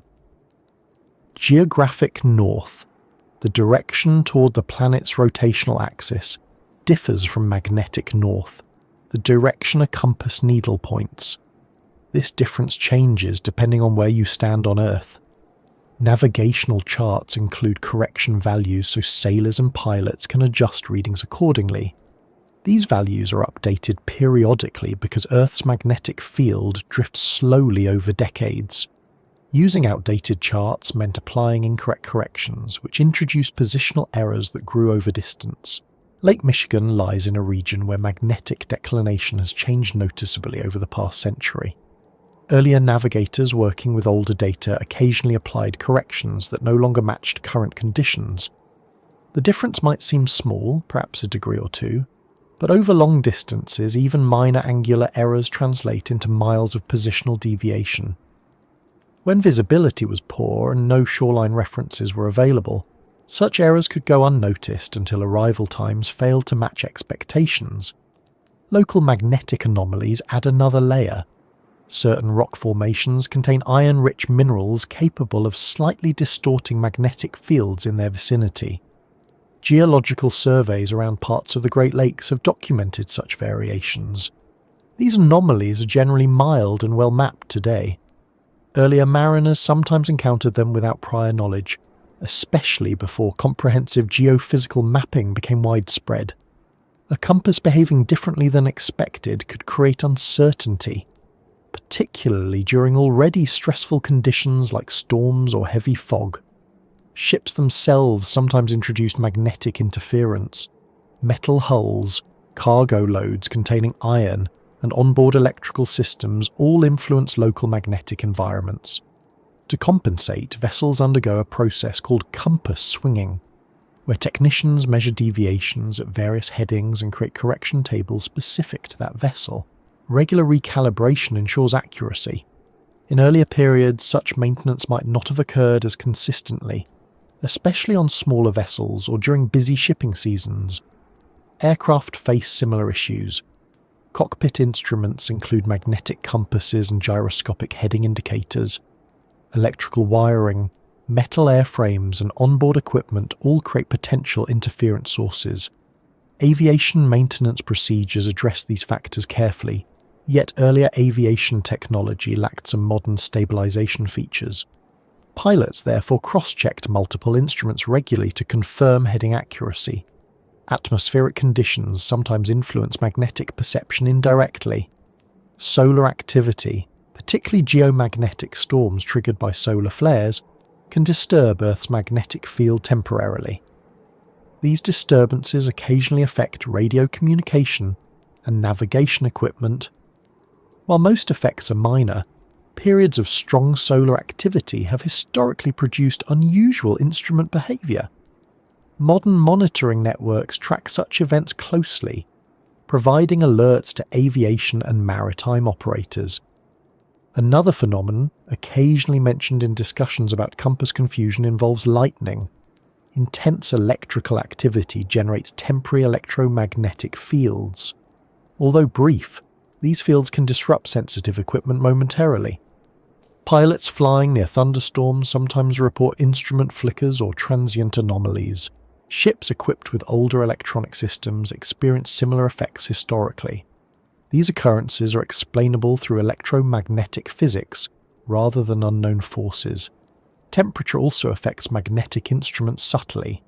Extreme cold or heat can alter material properties within compasses, influencing needle responsiveness. Mechanical wear, fluid viscosity in damped compasses, and housing expansion all play roles.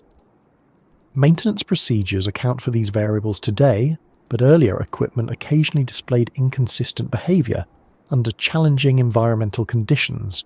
Human perception contributes as well. When navigating under stress, individuals may misread instruments or interpret normal fluctuations as significant anomalies. Confirmation bias can amplify this effect. If a navigator already suspects unusual conditions, minor compass oscillations might seem more dramatic. Training emphasizes calm instrument interpretation precisely to counteract such tendencies. Historical accident investigations occasionally cited compass deviation as a contributing factor. Typically, these findings appeared alongside other issues such as poor weather, limited visibility, or mechanical concerns. Rarely did compass variation alone cause incidents. Instead, it formed part of a chain of factors influencing decision-making and situational awareness. Modern navigation systems integrate multiple data sources simultaneously. GPS receivers provide continuous positional data independent of magnetic fields. Inertial navigation systems track motion using accelerometers and gyroscopes. Digital maps update automatically. Magnetic compasses remain on board primarily as backup references. This layered approach greatly reduces reliance on any single instrument. Still, the persistence of compass discussion in relation to the Michigan Triangle reflects how important these instruments once were. For early sailors, the compass represented stability amid uncertainty. When it behaved unexpectedly, anxiety followed naturally. Stories about unusual compass readings therefore carried emotional weight, contributing to the broader narrative surrounding the region. Scientific studies of Great Lakes magnetism have not identified anomalies large enough to cause widespread navigation failure. Variations exist, as they do worldwide, but they fall within predictable ranges accounted for in modern charts. This finding supports the view that earlier confusion arose more from limited data and environmental complexity than from unexplained phenomena. Public storytelling sometimes simplifies these nuances. A minor deviation becomes compass failure in retelling. A brief instrument fluctuation becomes evidence of something unusual. Over decades, repeated retelling shape collective perception even when original reports were more measured. Educational outreach by maritime museums and aviation organizations often addresses these misconceptions. Demonstrations show how compasses respond to nearby magnets, electrical devices, and metal objects. Visitors see firsthand how easily readings can shift under controlled conditions. Such demonstrations help demystify historical accounts without dismissing the genuine challenges navigators faced. Technological redundancy remains a central lesson. Relying solely on a compass, radio beacon, or satellite signal introduces vulnerability. Combining multiple navigation methods provides resilience. This principle emerged gradually through experience, particularly after incidents where single-system reliance proved insufficient. Lake Michigan continues serving as a training ground for these principles. Maritime academies conduct exercises simulating instrument failures. Aviation schools practice navigation without GPS assistance periodically. These exercises preserve traditional skills while reinforcing modern safety practices. Understanding magnetic variation also contributes to scientific knowledge beyond navigation. Geophysicists study Earth's magnetic field to learn about planetary core dynamics. Data from regional measurements, including those around the Great Lakes, inform global models of geomagnetic behaviour. Thus, what once caused navigational concern now contributes to broader scientific understanding. While compass-related issues provide one perspective on historical navigation challenges, underwater geography presents another. The lakebed itself influences currents, wave formation, and debris distribution after incidents. Many early charts underestimated this complexity. As sonar mapping improved, researchers discovered ridges, drop-offs, and submerged features that help explain certain maritime experiences. These underwater characteristics form an important part of the environment associated with the Michigan Triangle, and examining them helps connect surface navigation experiences with the hidden terrain beneath the water, offering additional context for incidents that once seemed difficult to explain.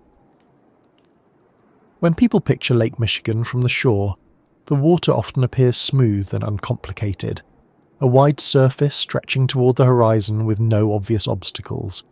Yet beneath that surface lies a landscape shaped over thousands of years, one that plays a quiet but important role in how the lake behaves. Ridges, steep drop-offs, ancient riverbeds, and glacial formations all influence currents, wave patterns, and even how wreckage settles after accidents. Early sailors and pilots had little knowledge of these underwater features. Modern mapping has revealed far more detail, helping explain why certain areas historically seemed more challenging than others. The origins of this underwater terrain go back to the last ice age. Massive glaciers once covered much of what is now the Great Lakes region. These ice sheets moved slowly but powerfully, scraping bedrock, carrying sediment and carving basins. As the climate warmed and glaciers retreated, meltwater filled those basins, forming the lakes. The process did not leave a perfectly smooth floor. Instead, it created varied topography with slopes, depressions and ridges reflecting ancient glacial movement. Some ridges consist of glacial moraines, accumulations of rock and sediment deposited at glacier edges. These underwater moraines can rise significantly above surrounding lakebed areas. When waves travel across the lake and encounter such features, depth changes alter wave behaviour. Waves entering shallower regions tend to steepen. This steepening can create choppier conditions even when overall wind speed remains moderate. Mariners historically encountered these abrupt changes without understanding their geological cause. Drop-offs represent another important feature. Depth can change rapidly over relatively short horizontal distances. A vessel moving from deeper to shallower water experiences altered wave dynamics. Currents may shift direction slightly due to bottom contour interaction. While these changes are usually subtle, during storms they can amplify already challenging conditions. Before modern sonar mapping, depth information came from manual sounding. Sailors lowered weighted lines marked with distance intervals to measure water depth. This method provided useful local data but was time-consuming and limited in coverage. Charts compiled from such measurements inevitably contained gaps. Navigators therefore sometimes relied on incomplete bathymetric information, especially in open lake areas away from major shipping routes. The introduction of echo-sounding technology in the 20th century improved depth measurements significantly. Sound waves transmitted downward reflected from the lakebed, allowing continuous depth recording as ships travelled. Over time, this produced far more detailed charts. Later, multi-beam sonar systems expanded coverage further, mapping wide swathes of the lakebed with high resolution. These surveys revealed unexpected features. Submerged valleys carved by ancient rivers appeared in several locations. Sand waves formed by current action created undulating terrain resembling underwater dunes. Rocky outcrops rose from otherwise smooth sediment plains. Each feature influences how water moves above it, even if effects remain invisible from the surface. Currents over Lake Michigan are primarily wind-driven rather than tidal, since freshwater lakes experience negligible tidal influence compared with oceans. Still, wind interacting with varied bottom terrain creates circulation patterns that shift debris, sediment, and occasionally floating wreckage. Search and rescue teams consider these patterns when planning operations. Earlier responders lacked such detailed current models, complicating recovery efforts after incidents. Sediment composition also matters. Some lakebed areas consist of soft silt capable of partially burying wreckage over time. Cold freshwater slows biological decay, preserving wood and metal remarkably well. However, gradual sediment accumulation can obscure wreck sites. Several historic shipwrecks remained undiscovered for decades, partly because they settled into soft bottom areas. Visibility underwater varies widely. Storm activity stirs sediment, reducing clarity. In calmer periods, visibility improves but rarely matches oceanic clarity due to suspended particles. These conditions historically hindered diving investigations. Modern remotely operated vehicles equipped with sonar imaging now supplement visual inspection effectively. Underwater topography influences ice formation patterns as well. Shallow areas freeze earlier in winter. Ice thickness variations affect shipping routes and icebreaker operations. Mariners unfamiliar with local bathymetry sometimes encountered unexpected ice conditions historically. Fisheries research has benefited from detailed lakebed mapping. Certain fish species prefer specific bottom types, such as rocky ridges or sandy flats. Understanding these habitats improves ecological management. Although unrelated directly to disappearances, such research reinforces awareness that the lake environment is dynamic rather than uniform. The Michigan Triangle region includes several bathymetric features that have drawn attention. Sonar surveys identified ridges and depressions roughly aligned with shipping corridors. While not hazardous by themselves, their interaction with wind-driven waves may contribute to localized rough water zones. Mariners occasionally described encountering unexpectedly turbulent conditions in otherwise moderate weather, experiences now better understood through bathymetric analysis. Aviation incidents over water are less directly affected by underwater terrain, yet secondary effects exist. Wave height influences radar reflections. Severe wave patterns indicate strong winds and turbulence likely affecting aircraft flying at lower altitudes. Pilots monitoring weather radar interpret such surface indicators cautiously. Underwater geological structures sometimes contain ferrous minerals contributing to localized magnetic variation. As discussed earlier, these variations are typically small. Combined with outdated charts or calibration errors, however, they could historically contribute to compass uncertainty. Modern instruments compensate more effectively. Shipwreck archaeology has expanded understanding significantly. Each discovered wreck provides data about structural failure, cargo distribution, and environmental impact.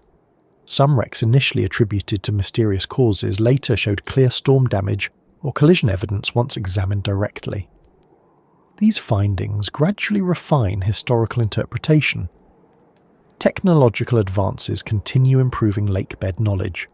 Autonomous underwater vehicles now conduct extended surveys with minimal human intervention. High-resolution mapping supports navigation safety, environmental research and cultural heritage preservation simultaneously. The pace of discovery has accelerated compared with earlier decades. Public fascination with underwater terrain sometimes focuses on unusual formations. Circular stone arrangements discovered on the lakebed generated interest among researchers.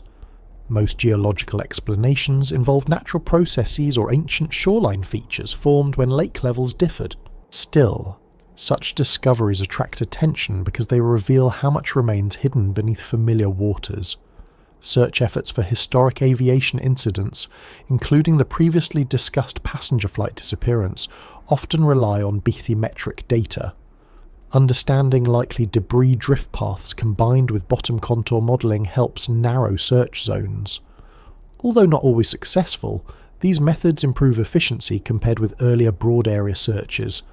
Coastal infrastructure planning incorporates bathymetric knowledge as well. Harbour construction, pipeline routing, and environmental monitoring all depend on accurate underwater maps. These projects further expand available data sets, benefiting both commercial activity and historical research. Educational programs increasingly highlight underwater geography. Maritime museums display sonar images alongside historical charts to illustrate how knowledge evolved. Aviation safety courses discuss environmental context even when incidents occur above water. Interdisciplinary understanding strengthens overall safety awareness. Despite technological progress, the lake retains elements of unpredictability. Weather, currents, and human factors interact continuously. Underwater terrain contributes quietly to that complexity without acting as a singular cause of incidents. Recognizing this interplay helps balance curiosity with practical explanation.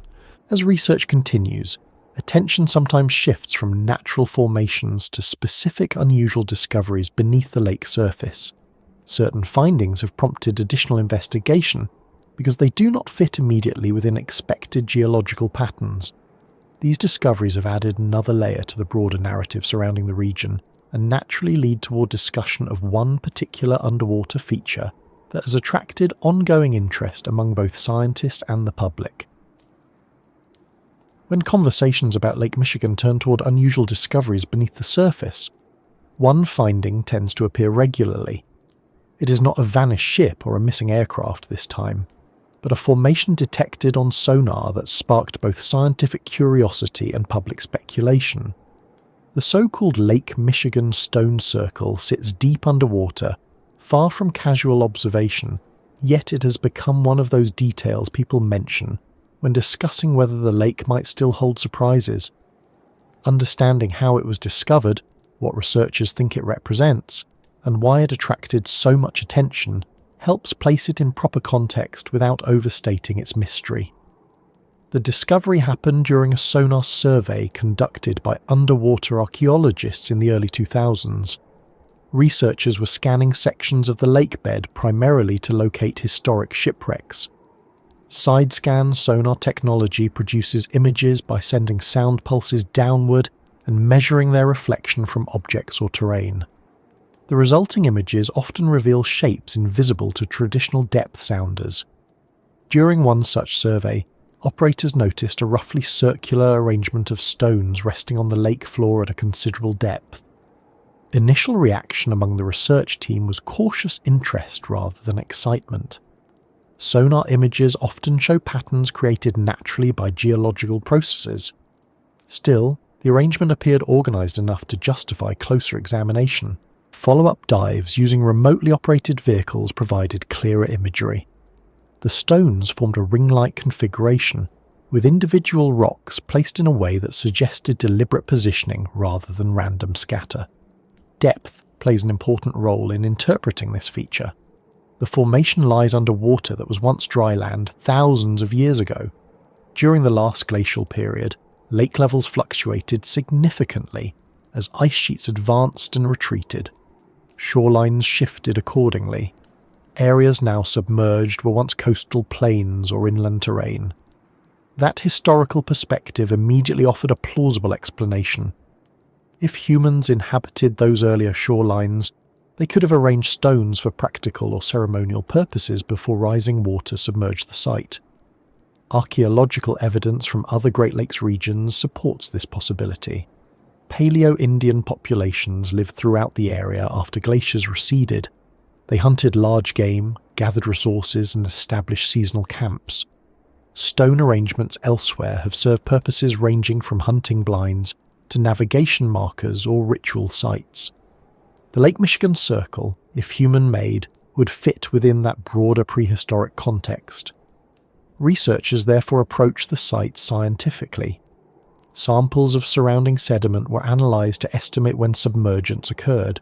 Geological data suggested the area became underwater several thousand years ago, consistent with post-glacial lake level changes.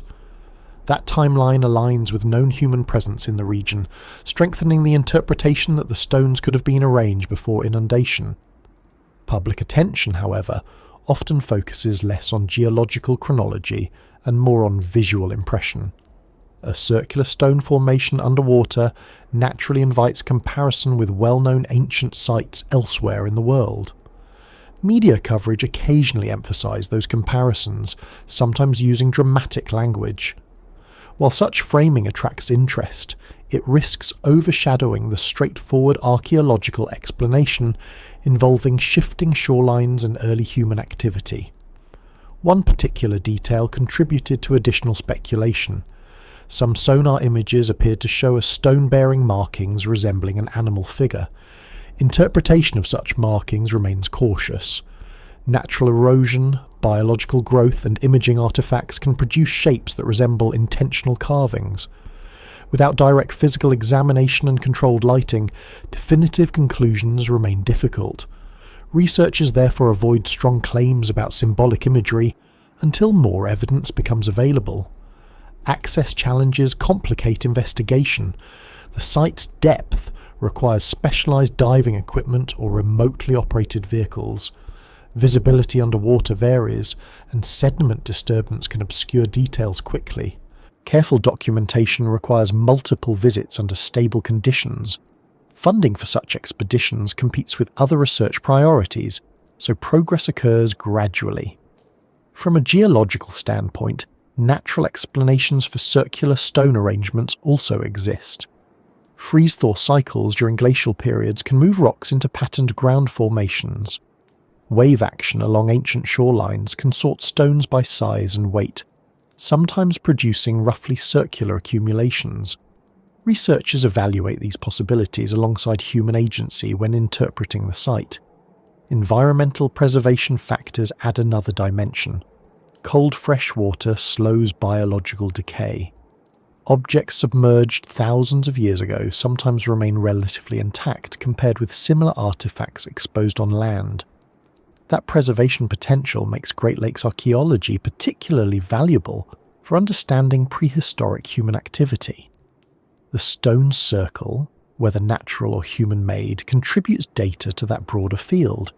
Scientific consensus currently leans toward a prehistoric shoreline feature potentially modified by human activity. That interpretation avoids dramatic conclusions while acknowledging the site's significance. It emphasizes environmental history rather than unexplained phenomena. Such measured assessment reflects standard archaeological practice. Public imagination often moves faster than academic publication cycles. Once reports of the stone circle appeared online and in documentaries, discussions expanded rapidly. Some people connected the discovery with regional mystery narratives, including those surrounding the Michigan Triangle. While geographically related, the stone formation itself does not correlate directly with maritime or aviation incidents. Its interest lies more in ancient environmental history than modern disappearances. Educational institutions have used the discovery as an opportunity to explain post-glacial landscape change. Many listeners are surprised to learn how dramatically Great Lakes water levels shifted over millennia. Shorelines advanced and retreated, creating terraces, dunes, and submerged plains. Understanding those processes helps contextualize underwater archaeological findings without invoking unusual forces. Technological advances continue improving investigation capability. High-resolution sonar, photogrammetry, and sediment analysis provide increasingly detailed data. Future surveys may clarify the circle's origin further. Until then, cautious interpretation remains appropriate. Local communities sometimes incorporate the discovery into cultural heritage discussions. Museums present it alongside shipwreck exhibits and geological displays. This integrated approach emphasizes continuity between ancient human presence and later maritime activity on the lake. From a navigation safety perspective, the stone circle poses no hazard. Its depth places it far below typical vessel drafts. Awareness of underwater archaeology still informs environmental management decisions, particularly when planning infrastructure projects such as cables or pipelines. Scientific curiosity about the site reflects a broader principle. Large bodies of water conceal historical information. Each discovery reminds researchers that environmental history extends beyond visible shorelines. Continued exploration expands understanding gradually. While the stone circle adds an intriguing element to Lake Michigan's story, it does not imply unknown forces affecting modern transportation. Its significance lies primarily in illustrating how landscapes change over time and how human activity adapts to those changes. As discussions about the Michigan Triangle continue, attention often shifts from physical discoveries back toward human interpretation itself. How people perceive mystery, how media narratives develop, and how cultural memory shapes understanding all influence the region's reputation. Exploring those psychological and sociological dimensions helps explain why certain places attract enduring fascination even when scientific explanations exist. Long before technology became capable of monitoring nearly every movement of a ship or aircraft, the most important navigation system was always the human one. Judgment, attention, memory, physical endurance, and perception shaped how crews responded to changing conditions. Even today, with advanced radar, GPS navigation, and automated alerts, human factors remain central to transportation safety. Around Lake Michigan, especially during earlier decades when voyages demanded long hours and constant vigilance, fatigue, small errors, and subtle perception shifts sometimes contributed quietly to incidents that later appeared mysterious from the outside. Fatigue is often underestimated because it develops gradually. Mariners historically worked extended shifts, particularly during peak shipping seasons. Crews balanced loading schedules, weather windows, maintenance duties, and navigation responsibilities. Sleep opportunities were irregular. Unlike land-based jobs with predictable hours, maritime work depended heavily on environmental conditions. A captain might delay rest to navigate through fog, storms, or congested shipping lanes. Over time, reduced sleep affects reaction speed, decision-making clarity, and situational awareness. Aviation experienced similar pressures in earlier decades. Before strict flight duty regulations became standard, pilots sometimes flew longer routes with fewer mandated rest periods. Night flights over water added additional cognitive load. Darkness removes visual reference points, requiring sustained instrument focus. That constant concentration, combined with mild vibration and engine noise, can produce a form of monotony fatigue, where attention drifts without the individual fully realizing it. Scientific research into fatigue shows that performance impairment after extended wakefulness can resemble alcohol intoxication in measurable ways. Reaction times slow, risk assessment changes, and attention lapses increase. Modern regulations in both maritime and aviation sectors now emphasize rest requirements precisely because earlier experience demonstrated how critical sleep is for safety. Error itself does not usually arise from negligence. More often, it emerges from complex interactions between environment, equipment, and human cognition. Navigators interpret multiple data streams simultaneously: compass headings, radar returns, weather reports, visual cues, and communication from other vessels or control centers. Each input requires processing. Under stress, the brain prioritizes certain signals over others. Occasionally, that prioritization proves imperfect. Communication plays a particularly important role. Crew coordination ensures information flows efficiently. Misunderstandings can occur even among experienced professionals. Accents, radio interference, terminology differences, and environmental noise all affect clarity. Maritime and aviation communication protocols evolved over decades, partly to standardize language and reduce ambiguity. Earlier periods lacked some of that standardization. Perception at sea presents unique challenges. The horizon can blur under certain lighting conditions. Fog reduces contrast. Reflections on water distort distance estimation. At night, isolated lights can appear closer or farther than they actually are. Pilots flying over water at night sometimes encounter spatial disorientation, where the body's internal sense of orientation conflicts with instrument readings.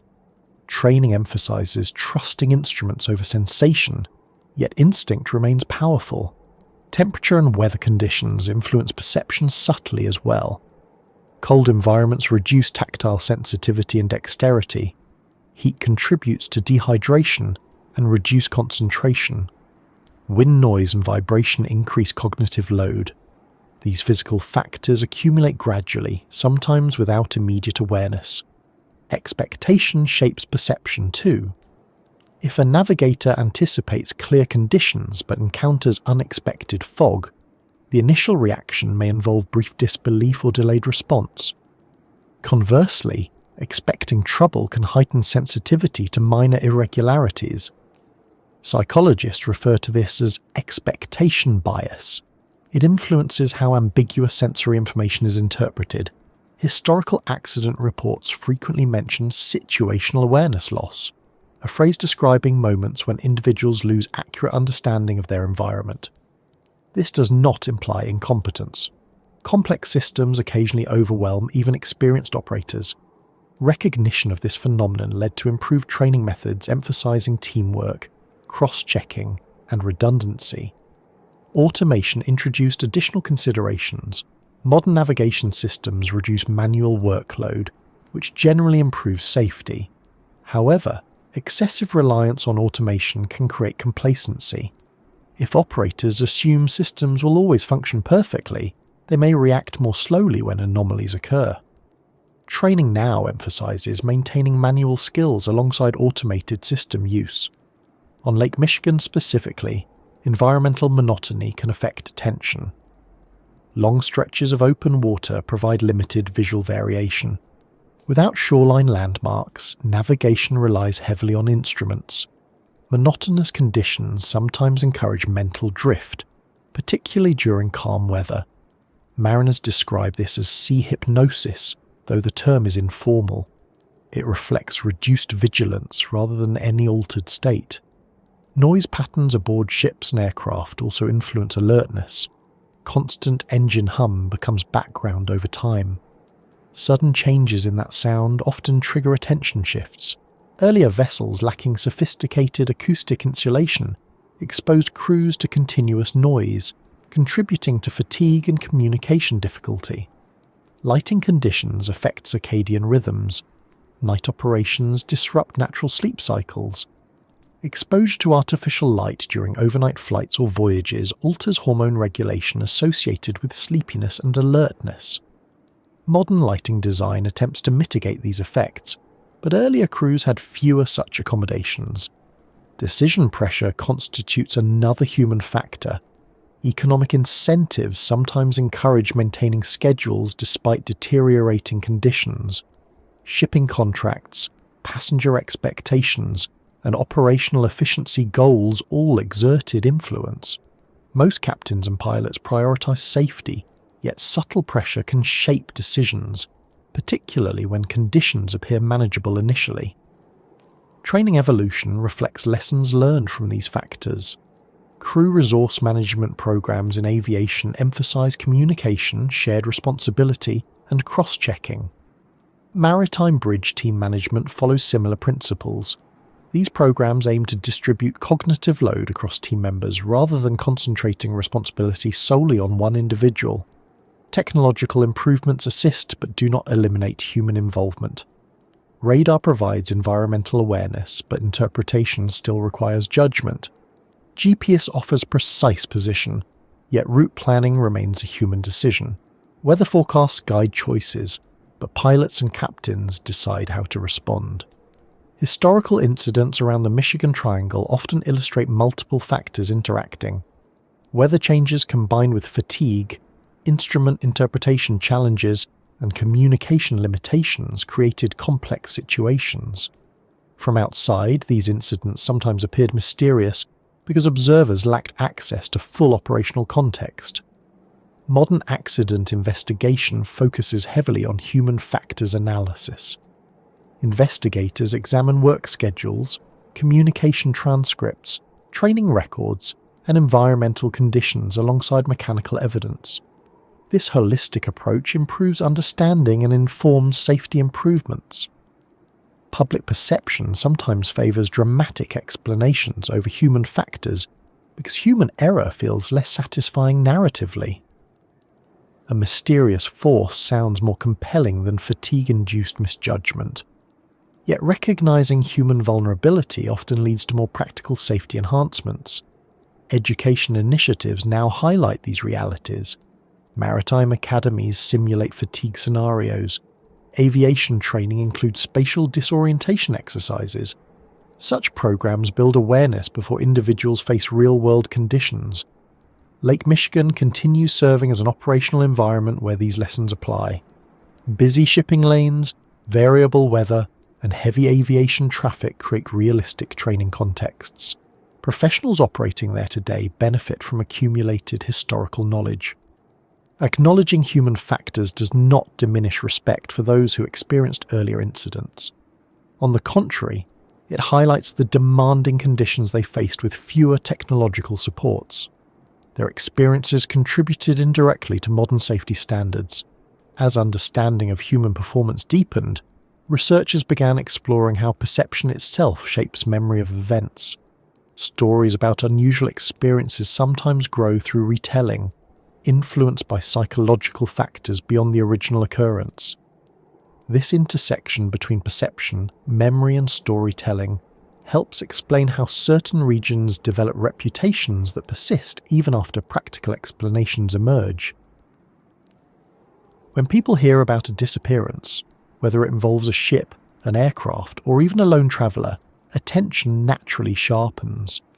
Missing events stand out in a way routine arrivals never do. Thousands of safe crossings across Lake Michigan occur every year without mention. Yet one unexplained incident can remain in memory for decades. This imbalance is not unusual. It reflects how human psychology processes uncertainty, risk, and narrative. Understanding those psychological tendencies helps explain why regions like the Michigan Triangle develop reputations that persist long after individual events fade from immediate headlines. One of the strongest influences comes from what psychologists call the availability heuristic. This describes the tendency to judge how common something is based on how easily examples come to mind. Dramatic disappearances receive media coverage, documentaries, books, and conversation. As a result, they remain mentally accessible. Routine safe journeys rarely attract similar attention, so they fade into the background. The mind therefore overestimates how often unusual incidents occur, because memorable examples are readily available. Emotional impact amplifies this effect. Events involving loss of life, unanswered questions, or unusual circumstances carry emotional weight. Emotion strengthens memory formation. People remember where they were when they heard about a significant accident, much like remembering major historical news events. Emotional memory tends to persist longer than neutral memory, which reinforces the perception that such events are frequent even when statistically rare. Narrative structure also plays a role. Humans are natural storytellers. We prefer coherent sequences with beginnings, developments, and unresolved tension. A disappearance provides exactly that. It begins with a normal journey, introduces unexpected interruption, and leaves a question mark at the end. That structure invites retelling. Each retelling may emphasize particular details, sometimes unintentionally altering emphasis while preserving overall intrigue. Pattern recognition contributes significantly. The human brain evolved to detect patterns quickly because survival often depended on recognizing threats or opportunities. However, this ability can lead to connecting unrelated events when they share superficial similarities.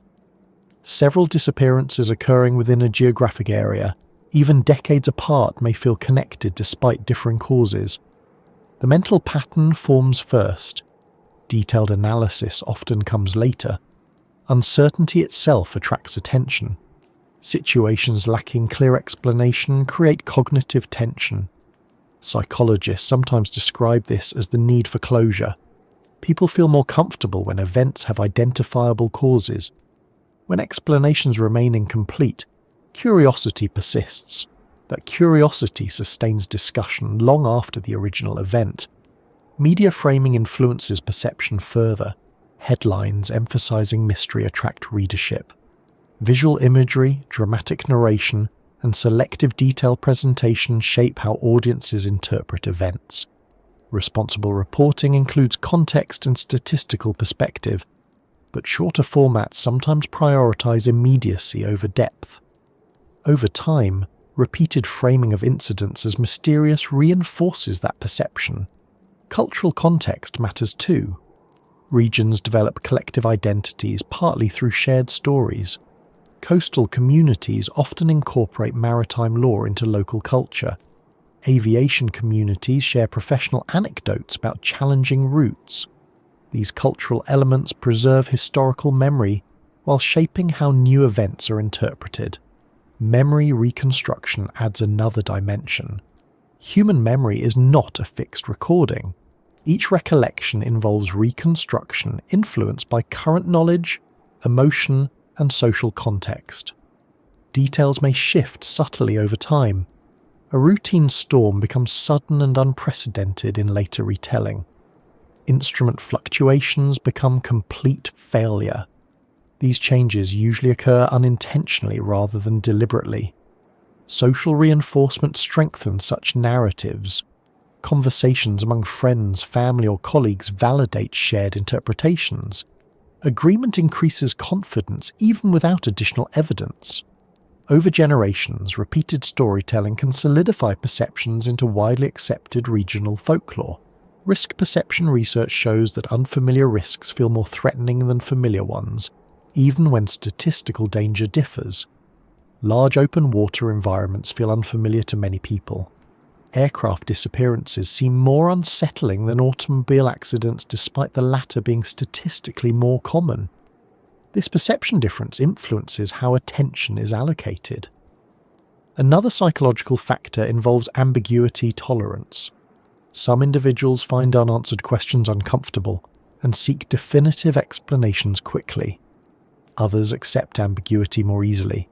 Public discourse often reflects this spectrum. Some people emphasize natural explanations. Others remain open to less conventional possibilities. Both responses arise from normal cognitive variation.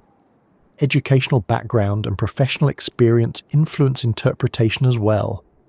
Mariners, pilots, meteorologists, and engineers often approach incidents analytically because training emphasizes systematic evaluation. General audiences may focus more on narrative elements.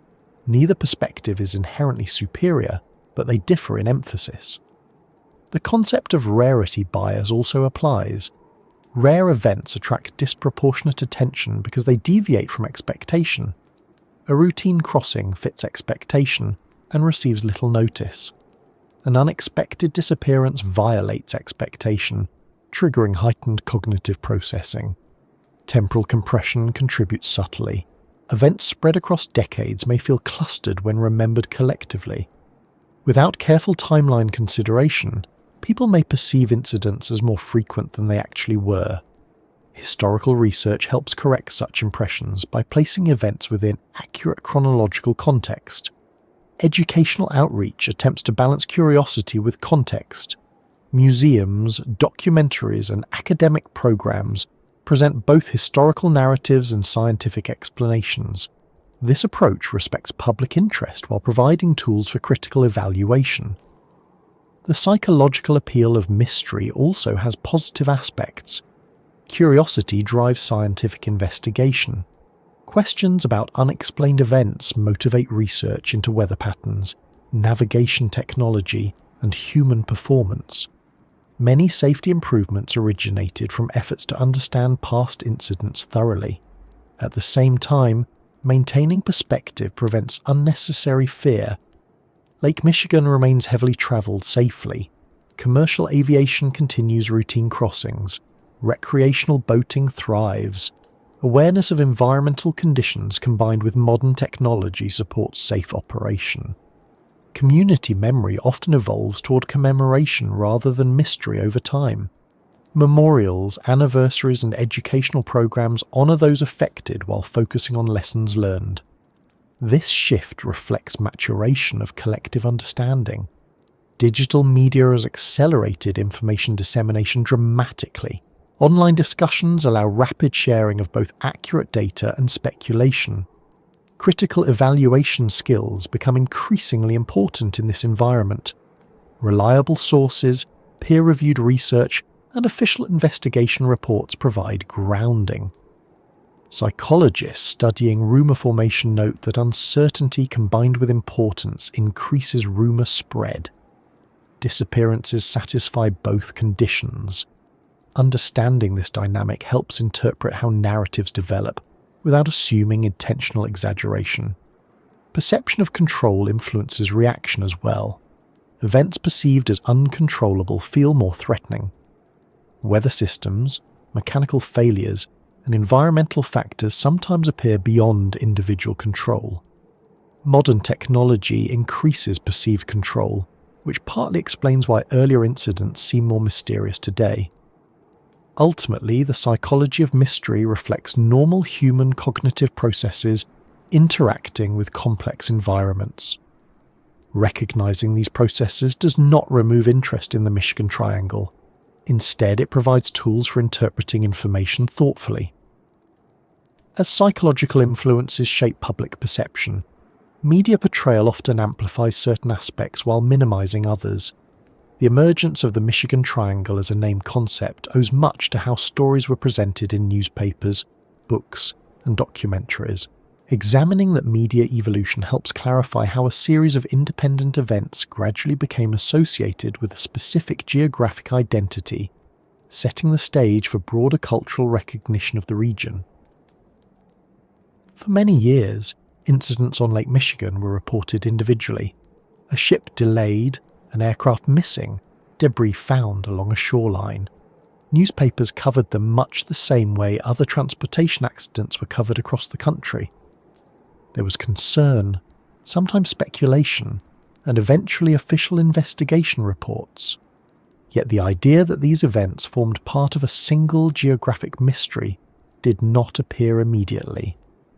That concept emerged gradually through media storytelling, public curiosity, and the natural human tendency to organize scattered events into recognizable narratives. Early newspaper coverage during the 19th and early 20th centuries focused mainly on practical details. Shipping manifests, weather reports, survivor accounts when available, and statements from port authorities dominated articles. Aviation incidents later received similar treatment. Readers were informed about routes, passenger numbers, and likely weather conditions. Rarely did reporters suggest an overarching pattern. Each event stood largely on its own. As communication technology expanded, so did media reach. Radio broadcasts began delivering news more quickly. Later, television introduced visual storytelling. Dramatic images of storms, wreckage, or search efforts added emotional weight. Audiences engaged not only intellectually but visually.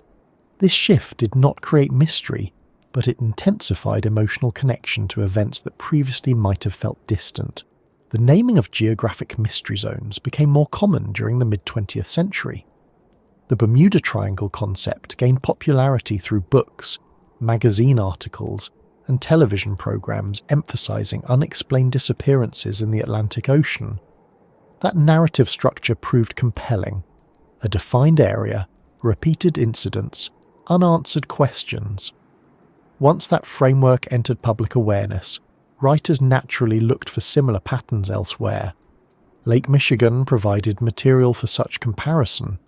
Historical shipwreck records, aviation incidents, and occasional unusual reports existed. Authors and journalists began grouping these events geographically, drawing rough triangular boundaries between shoreline cities. The term Michigan Triangle began appearing informally in articles, and later more consistently in books and documentaries. Importantly, this naming occurred retrospectively. The incidents themselves predated the label. Media framing influences perception strongly. When events are presented collectively under a single heading, audiences interpret them as related even if underlying causes differ. A sequence of independent accidents becomes a narrative arc. This process does not require deliberate exaggeration. It often arises from the desire to make complex information accessible through familiar storytelling structures. Documentary filmmaking played a notable role in spreading the Michigan Triangle idea. Visual media allows dramatic presentation of weather footage, underwater imagery, and reenactments. Background music, narration tone, and editing choices shape emotional response. Educational documentaries strive for balance, yet entertainment value often influences production decisions. Viewers remember compelling scenes more readily than statistical explanations. Books contributed as well. Popular non-fiction works exploring mysteries frequently included chapters on various geographic anomalies. Lake Michigan's historical incidents fit easily into such compilations. Once published, these works circulated widely, reinforcing recognition of the term among general audiences. Local tourism occasionally engaged with the narrative too. Shoreline communities recognized public interest in maritime history. Museums highlighted shipwreck exhibits. Guided tours referenced aviation incidents. While educational in intent, such presentations sometimes emphasized intrigue to maintain visitor engagement. Over time, these elements blended into regional cultural identity. The rise of internet communication accelerated dissemination further. Online forums, blogs, and video platforms allow rapid sharing of historical information alongside speculation. Accurate data and imaginative interpretation often coexist in digital spaces. Without careful sourcing, distinctions blur. This environment amplifies existing narratives quickly. Academic researchers generally approach such topics differently. Maritime historians, meteorologists, and aviation safety experts analyze incidents individually, focusing on evidence rather than geographic grouping. Their findings rarely support unusual causal patterns beyond environmental and human factors. However, academic publications often reach smaller audiences compared with popular media. Psychologically, named concepts hold power. Giving an area a label simplifies discussion. Michigan Triangle is easier to reference than listing multiple cities or coordinates. Once a label exists, it tends to persist even as understanding evolves. Language shapes perception subtly. Another influence involves anniversary coverage. Media outlets often revisit significant incidents on milestone dates. Each anniversary article refreshes public memory. When multiple anniversaries cluster within similar months, coverage can create the impression of ongoing activity, even when incidents occurred decades apart. Visual mapping strengthens narrative cohesion. Maps showing incident locations within a triangle outline create immediate pattern recognition. Even when data points are sparse or widely spaced in time, visual grouping suggests connection. Cartographic presentation thus contributes to perception. Public fascination with unexplained phenomena also intersects with broader cultural trends. Periods of technological uncertainty, social change, or scientific discovery often coincide with increased interest in mysteries.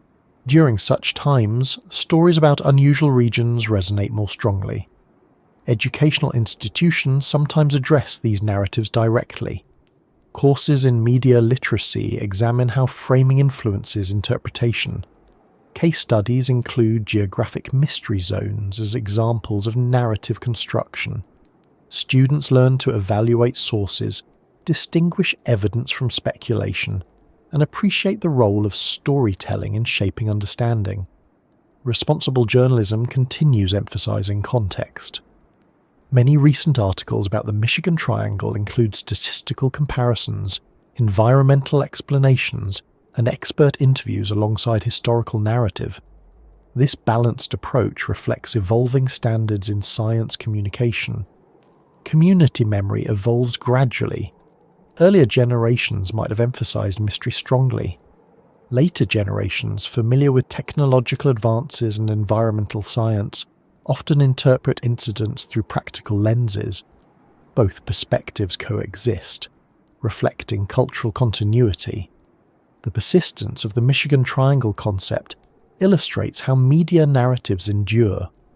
Once established, they become part of regional identity. They inspire research, tourism, and educational outreach simultaneously. The key lies in maintaining distinction between narrative appeal and empirical evidence. Modern audiences increasingly seek both engagement and accuracy. Documentaries now frequently include expert commentary, explaining weather dynamics, navigation technology, and human factors. This trend supports informed curiosity rather than simple sensationalism. The comparison with other well-known mystery regions remains common. The Bermuda Triangle often serves as a reference point. Such comparisons highlight similarities in narrative construction, even when environmental conditions differ significantly. Understanding how the Michigan Triangle idea developed helps contextualize ongoing discussion. It shows that mystery narratives arise from interaction between events, media presentation, and audience psychology rather than from events alone. As comparisons with other regions become more frequent, examining similarities and differences between Lake Michigan's narrative and better-known oceanic mystery zones provides additional perspective, clarifying how geography, climate, and media coverage combine to shape public understanding across different parts of the world. When people first hear about the Michigan Triangle, the comparison that usually comes to mind is the Bermuda Triangle. The association feels natural. Both involve water, transportation routes, disappearances, and a reputation shaped partly by media storytelling. Yet once the comparison moves beyond the surface, important differences begin to appear. Geography, climate, scale, navigation conditions, and historical documentation all influence how each region developed its reputation. Looking carefully at those differences helps clarify why similar narratives emerged in very different environments. The Bermuda Triangle occupies a large section of the Atlantic Ocean, roughly bounded by Miami, Bermuda, and Puerto Rico. It sits in tropical waters with major international shipping lanes and heavy aviation traffic connecting North America, the Caribbean, and Europe. Lake Michigan, by contrast, is a freshwater inland lake located entirely within one country. Its traffic consists primarily of regional commercial shipping, recreational boating, and domestic flights. The scale difference alone changes risk patterns significantly. Ocean conditions around Bermuda include deep water, strong currents such as the Gulf Stream, tropical storms, and hurricanes. These factors introduce navigation challenges distinct from those on the Great Lakes. Lake Michigan experiences powerful storms as well, but they differ meteorologically. Hurricanes do not form there. Instead, sudden thunderstorms, strong seasonal gales, fog formation, and winter ice present the primary environmental concerns. Both environments can produce dangerous conditions, but their causes differ. Saltwater versus freshwater conditions also matter. Saltwater increases buoyancy, which can affect how vessels behave during flooding. Freshwater lakes generate steeper waves under certain wind conditions due to basin shape and density differences. Mariners who have operated in both environments often note that Great Lakes storms feel different from ocean storms, even when wave heights appear comparable. These operational nuances influence accident patterns. Depth differences are substantial as well. Parts of the Bermuda Triangle reach oceanic depths measured in kilometers. Lake Michigan, though deep for a freshwater lake, reaches a maximum depth of around 280 meters. Recovery operations therefore face different challenges. Ocean wreckage may sink beyond practical recovery depth. Lake wreckage, while sometimes difficult to locate, remains within reach of modern sonar and remotely operated vehicles. Weather forecasting capability has improved significantly for both regions over time. However, tropical storm systems can develop over vast ocean areas, before reaching land-based observation networks. Historically, that limited early warning in the Atlantic. Lake Michigan's smaller scale allows more comprehensive weather monitoring today, though rapid local storm development still occurs occasionally. Navigation technology evolved differently in each region. Ocean crossings historically required long-duration navigation with minimal landmarks. Great Lakes navigation often involved shorter distances with shoreline references available under clear conditions.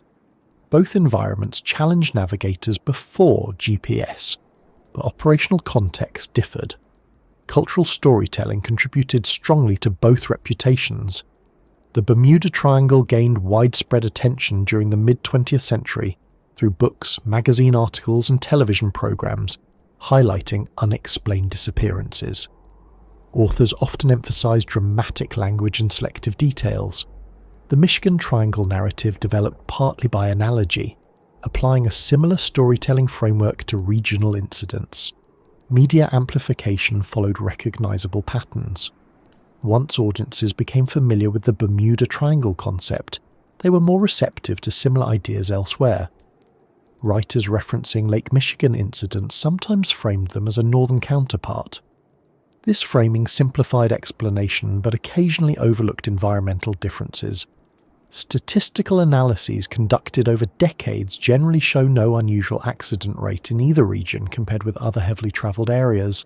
Investigations typically identify weather, human factors, mechanical issues, or navigation challenges as contributing causes. The persistence of mystery narratives reflects perception more than statistical anomaly. Search and rescue capabilities differ as well. Ocean operations often involve multinational coordination due to international waters. Lake Michigan operations fall primarily under United States Coast Guard jurisdiction, with support from state agencies. Response times and logistical complexity vary accordingly. Visibility conditions also contrast. Tropical regions experience different fog formation patterns compared with temperate freshwater lakes. Lake Michigan fog often results from temperature contrast between water and air masses. Bermuda region visibility challenges may involve tropical humidity, storms, and ocean spray.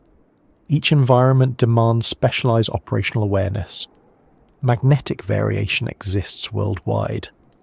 Both regions experience natural magnetic field shifts.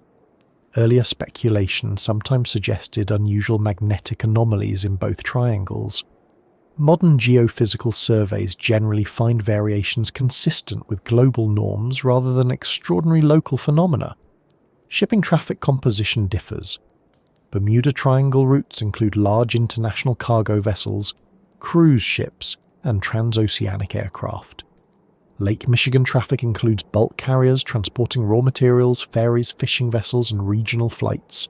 Accident types therefore reflect operational differences. Historical documentation quality influences narrative persistence. Some Bermuda incidents occurred in earlier centuries with limited records. Lake Michigan incidents generally occurred in more recent periods with better documentation.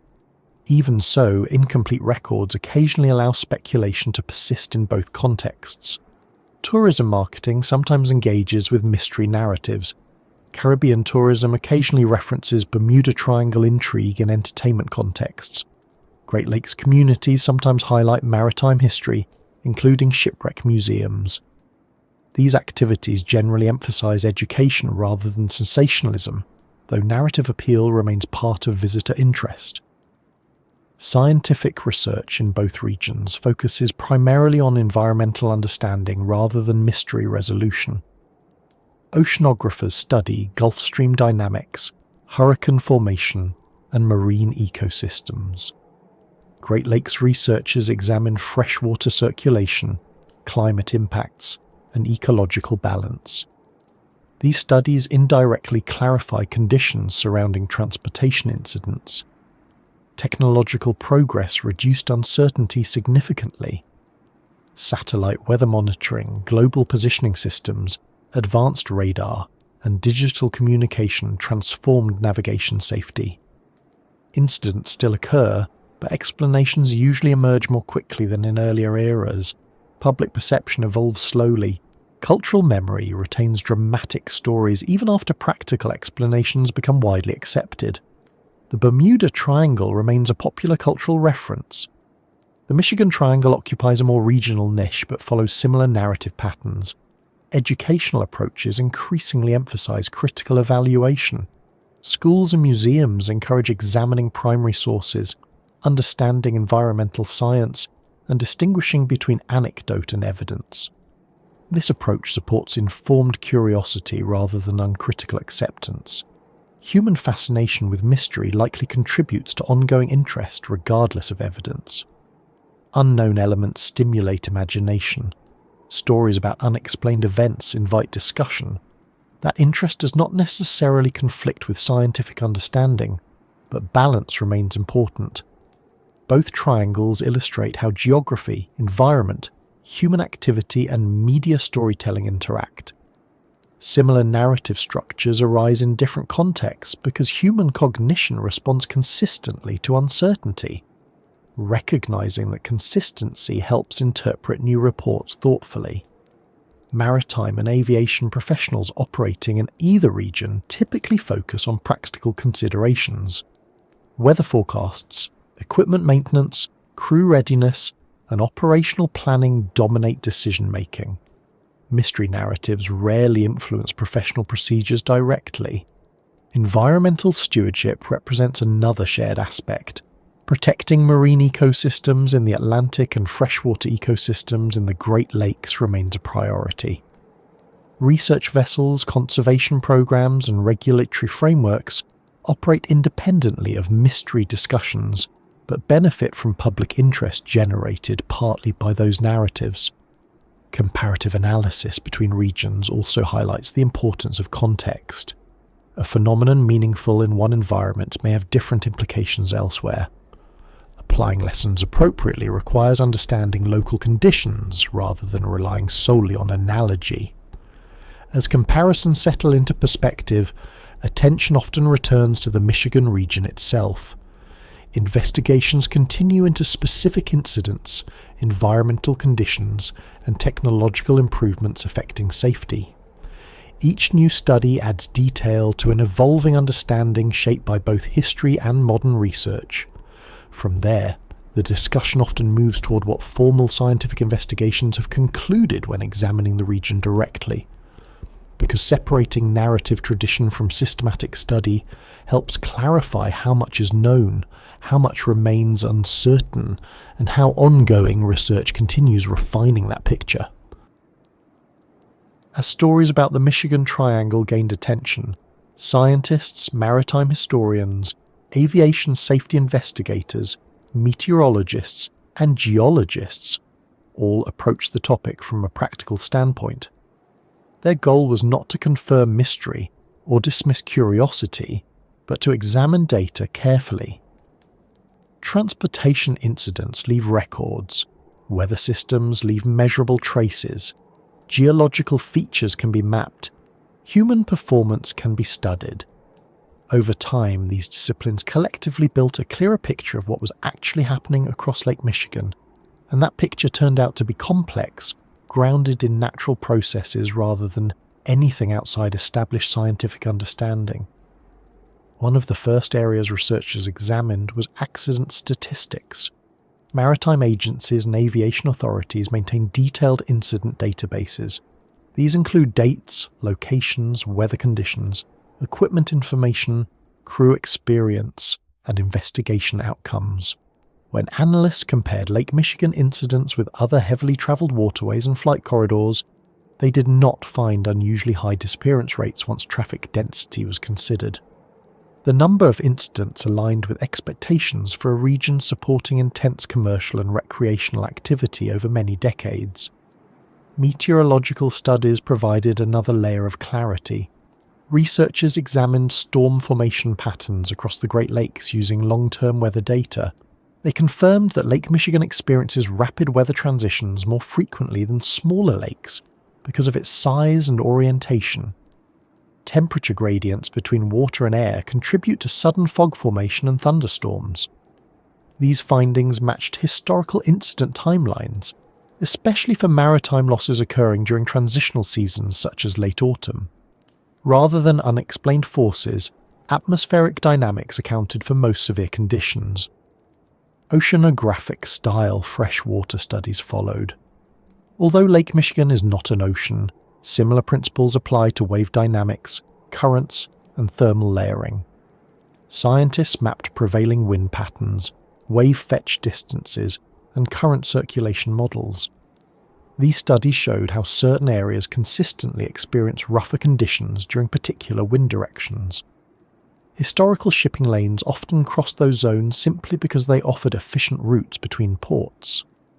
That overlap explained why incidents appeared geographically clustered. Bathymetric research contributed significantly as well. High-resolution sonar mapping revealed underwater ridges, depressions, and sediment plains influencing water movement. Earlier navigators lacked detailed maps, so sudden wave changes or unexpected currents sometimes surprised crews. Modern mapping demonstrated that these features follow predictable geological patterns related to glacial history. No unusual geological anomalies emerge beyond what similar glacial lakes display worldwide. Magnetic field studies addressed another frequently mentioned factor. Geophysicists measured magnetic variation across the lake and surrounding land. Results showed normal regional variation consistent with Earth's broader geomagnetic patterns. Localized mineral deposits created minor deviations, but these fell within ranges accounted for in updated navigational charts. Modern compasses, inertial navigation systems, and GPS technology compensate automatically for such variations. Aviation accident investigations provided detailed case studies. Each incident underwent structured analysis, examining weather conditions, aircraft maintenance records, crew communication, radar data where available, and debris distribution. Findings consistently identified combinations of severe weather, instrument limitations, human factors, or mechanical issues rather than unexplained disappearance mechanisms. The previously discussed passenger flight lost over the lake remains a prominent example, where severe turbulence likely played a central role. Human factors research added further insight. Psychologists and safety experts analyzed fatigue, workload, communication clarity, and situational awareness among transportation professionals. Studies showed that extended duty periods, night operations, and challenging weather conditions increase cognitive load significantly. These factors align with patterns observed in accident investigations worldwide, not uniquely within Lake Michigan. Technological evolution influenced investigation outcomes too. Earlier incidents lacked flight data recorders, cockpit voice recorders, continuous radar tracking, or satellite communication. Without these tools, investigators worked with partial information. Modern incidents provide far more data, reducing uncertainty. This difference explains why older events sometimes remain categorized as unexplained despite likely conventional causes. Environmental monitoring has expanded dramatically over recent decades. Weather buoys placed across the lake transmit continuous data on wind speed, wave height, water temperature, and atmospheric pressure. Satellite imagery provides real-time storm tracking. These systems allow predictive modelling that earlier navigators could not access. Researchers comparing historical incident timelines with reconstructed weather models often find strong correlations with severe conditions. Underwater archaeology also contributed findings. Shipwreck surveys located numerous vessels once considered mysteriously lost. Examination of hull damage patterns, cargo distribution, and surrounding sediment frequently indicates storm damage, collision, or structural fatigue. Freshwater preservation allows relatively clear interpretation once wrecks are located. Each discovery reduces uncertainty about past events. Ecological studies sometimes intersect with safety research indirectly. Understanding algae blooms, water clarity cycles, and seasonal temperature stratification helps explain visibility conditions and radar reflections.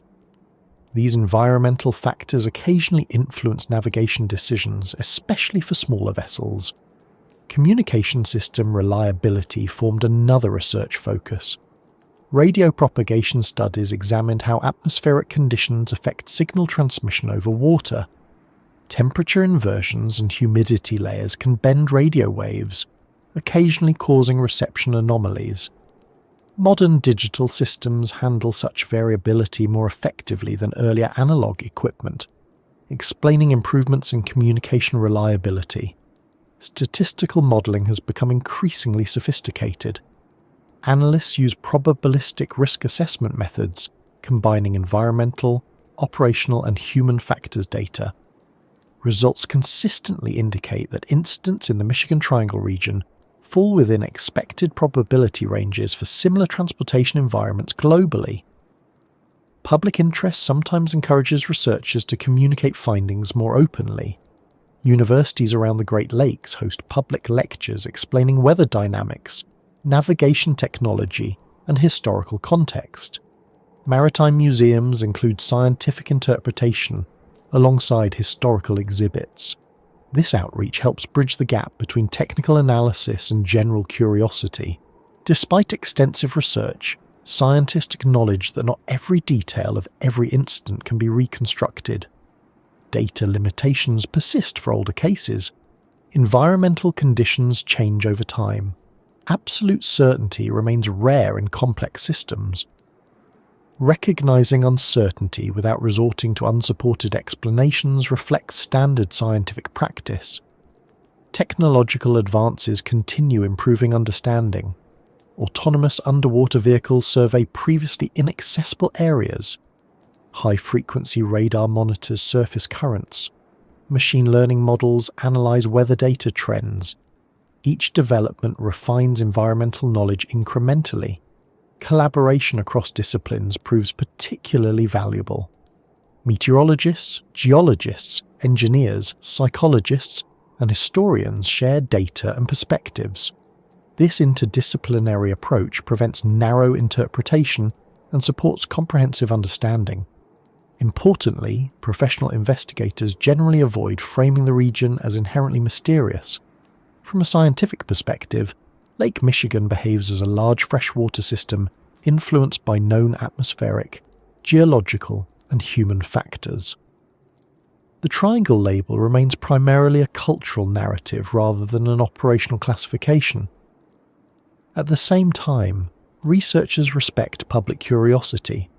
Questions about unexplained events often motivate deeper investigation. Interest in maritime history supports preservation funding. Aviation safety awareness increases when past incidents remain part of educational discourse. As scientific findings accumulated, attention gradually shifted from whether unusual forces existed toward how people experience and remember extraordinary events. Survivor accounts, pilot recollections, and mariner testimonies provide valuable qualitative data. These narratives reveal how environmental conditions feel in real time, complementing quantitative measurements. Those first-hand accounts add another layer to understanding Lake Michigan's history, showing how individuals interpreted unusual experiences during voyages or flights, and examining those personal perspectives helps illustrate how perception, memory, and environment combine to shape the enduring human side of this ongoing story. Not every incident connected with Lake Michigan ended in disappearance or tragedy. Many crews encountered unusual situations, managed them successfully, and later described experiences that stayed vivid in memory. These accounts rarely make headlines in the same way accidents do, yet they provide valuable perspective. They show how environmental conditions actually feel in real time, and how human perception interacts with weather, navigation challenges, and long hours on the water or in the air. Listening to these stories carefully often reveals ordinary explanations behind what initially seemed unusual, while also illustrating why such moments leave strong impressions. Mariners frequently describe sudden weather shifts as the most memorable experiences. A captain might recall leaving harbour under clear skies only to meet dense fog miles offshore. Visibility narrows rapidly, shoreline lights disappear. Radar becomes the primary reference. Sound carries differently over water in fog, sometimes making distant ship horns seem deceptively close. These conditions can feel disorienting even when instruments confirm safe positioning. Afterward, the experience often becomes part of professional lore, retold to emphasize caution. Commercial shipping crews working overnight crossings sometimes report unusual visual effects. Temperature inversions over the lake can bend light rays. Distant city lights reflect off low clouds, creating the illusion of floating lights above the horizon. Mariners unfamiliar with atmospheric optics occasionally interpret these reflections as vessels where none exist. Experienced navigators recognize the phenomenon quickly, yet even they acknowledge the first encounter can be surprising. Fishing crews provide another set of perspectives. Lake Michigan supports a large recreational and commercial fishing community. Anglers often spend extended hours offshore before dawn or after sunset. They describe how changing water temperature layers affect fog formation, sometimes surrounding a boat unexpectedly. Modern GPS navigation ensures positional accuracy, but sensory perception in thick fog can still feel unsettling. Many fishers emphasize how quickly conditions shift compared with smaller inland lakes. Pilots crossing the lake have reported spatial disorientation during night flights.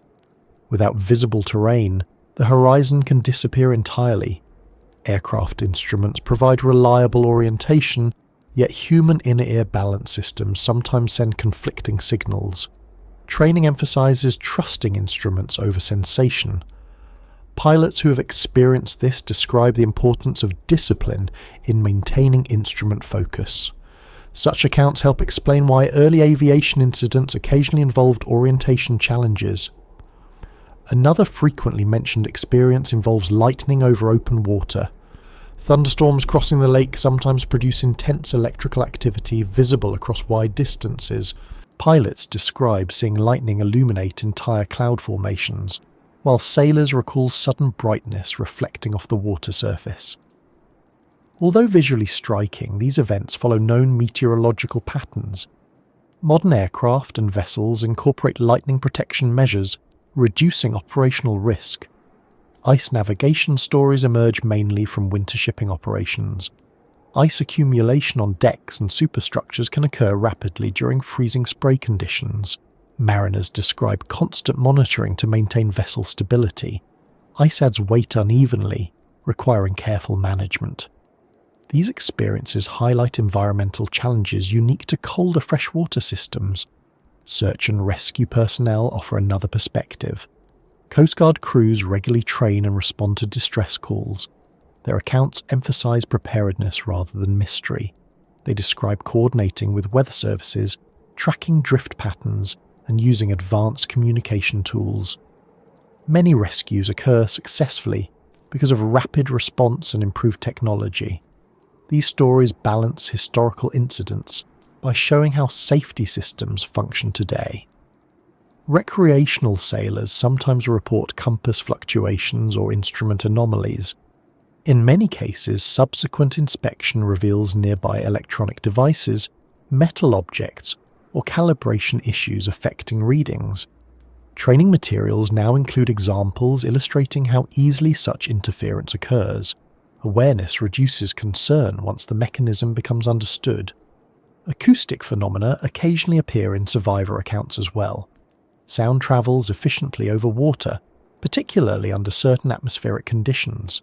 Conversations, engine noise, or mechanical sounds from distant vessels may seem unusually loud.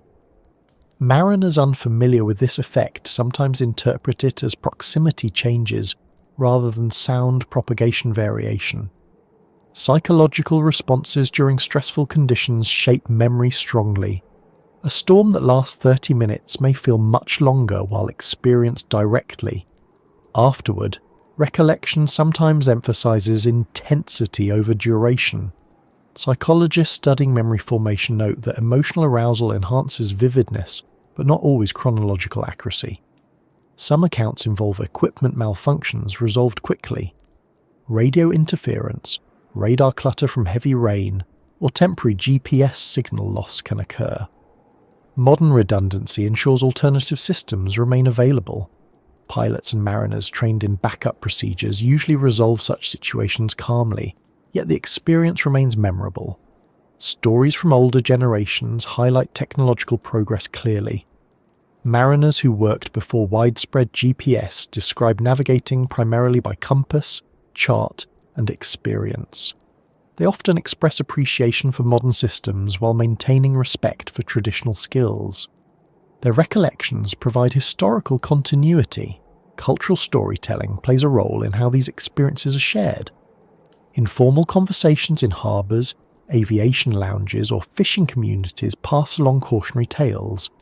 These stories serve practical educational purposes, reminding newcomers about weather awareness, equipment checks, and communication discipline.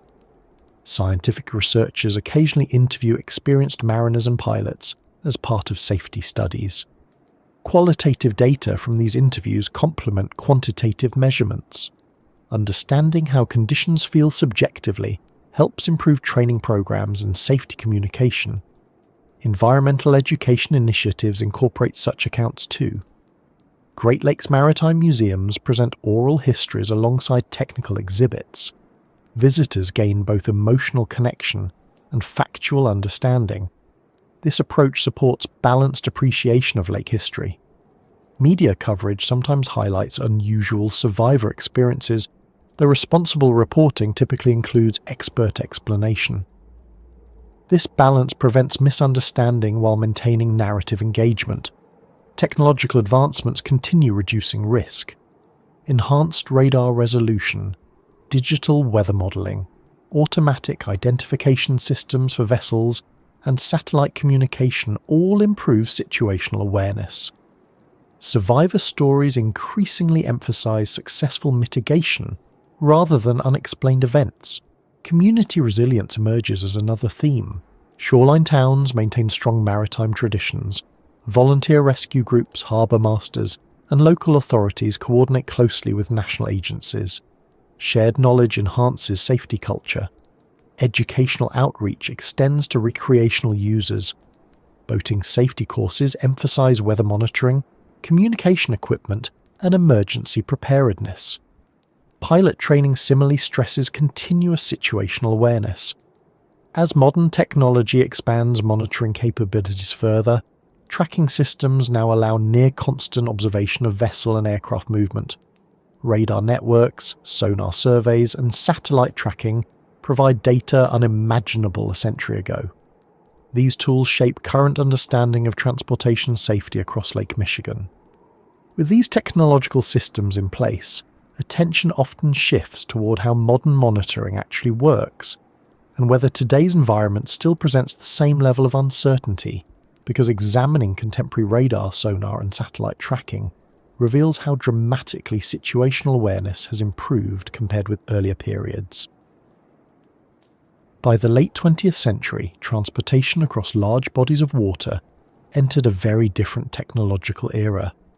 Navigation that once relied on compasses, charts, dead reckoning, and intermittent radio signals gradually incorporated radar imaging, sonar mapping, satellite positioning, and continuous digital communication.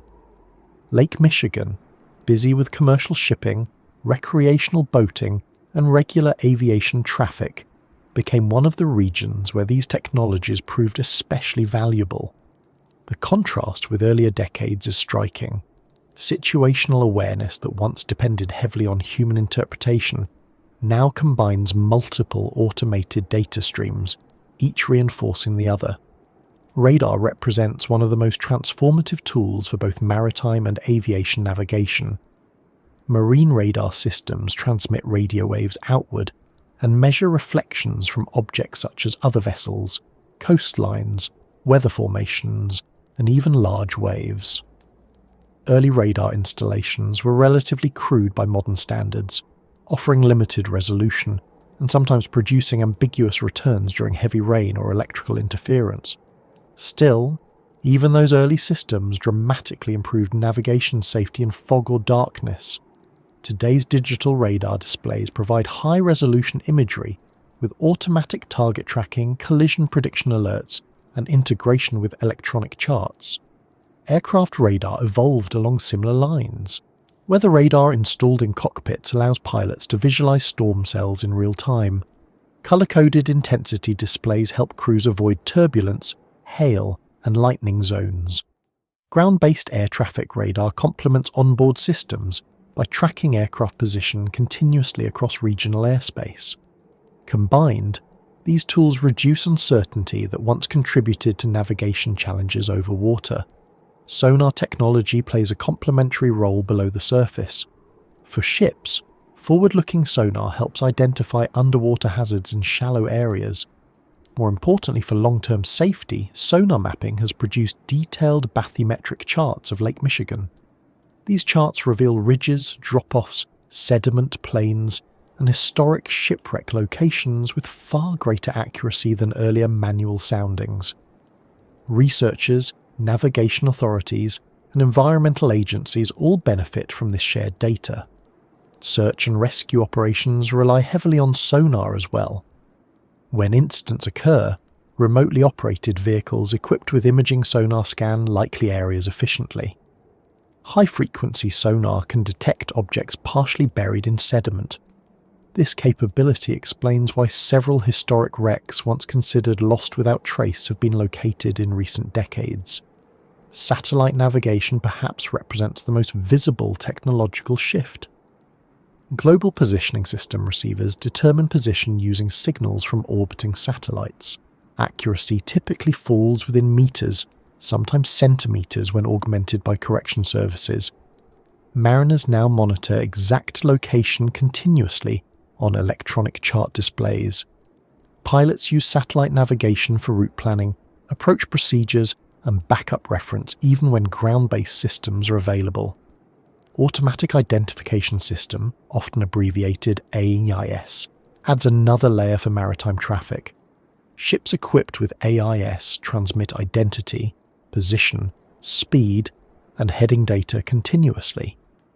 Other vessels and shore stations receive this information, allowing real-time traffic awareness. Collision risk decreases because crews see surrounding vessels on digital displays even in low visibility. Aircraft tracking systems operate similarly. Transponders broadcast aircraft position and identification data to air traffic control radar and satellite monitoring networks. Public flight tracking platforms now display this information in near real time. Such transparency would have seemed extraordinary to earlier generations of aviators. Satellite weather monitoring has also transformed forecasting. Meteorological satellites observe cloud formation, temperature gradients, storm development, and atmospheric moisture continuously. Data feeds into predictive models, providing accurate forecasts hours or days in advance. Mariners receive marine forecasts via radio, internet, or onboard communication systems. Pilots review weather briefings before departure and update en route using cockpit displays. Communication technology evolved alongside navigation. Digital radio systems provide clearer transmission than earlier analog equipment.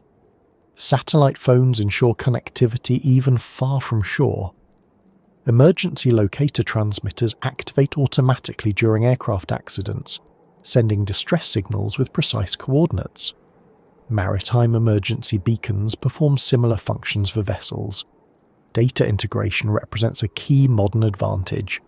Navigation displays combine radar imagery, GPS positioning, electronic charts, AIS data, and weather overlays on a single screen. Operators interpret information holistically rather than switching between separate instruments. This integration reduces cognitive workload while improving situational awareness. Training standards adapted accordingly. Modern maritime academies teach electronic navigation alongside traditional methods. Aviation training includes advanced avionics management.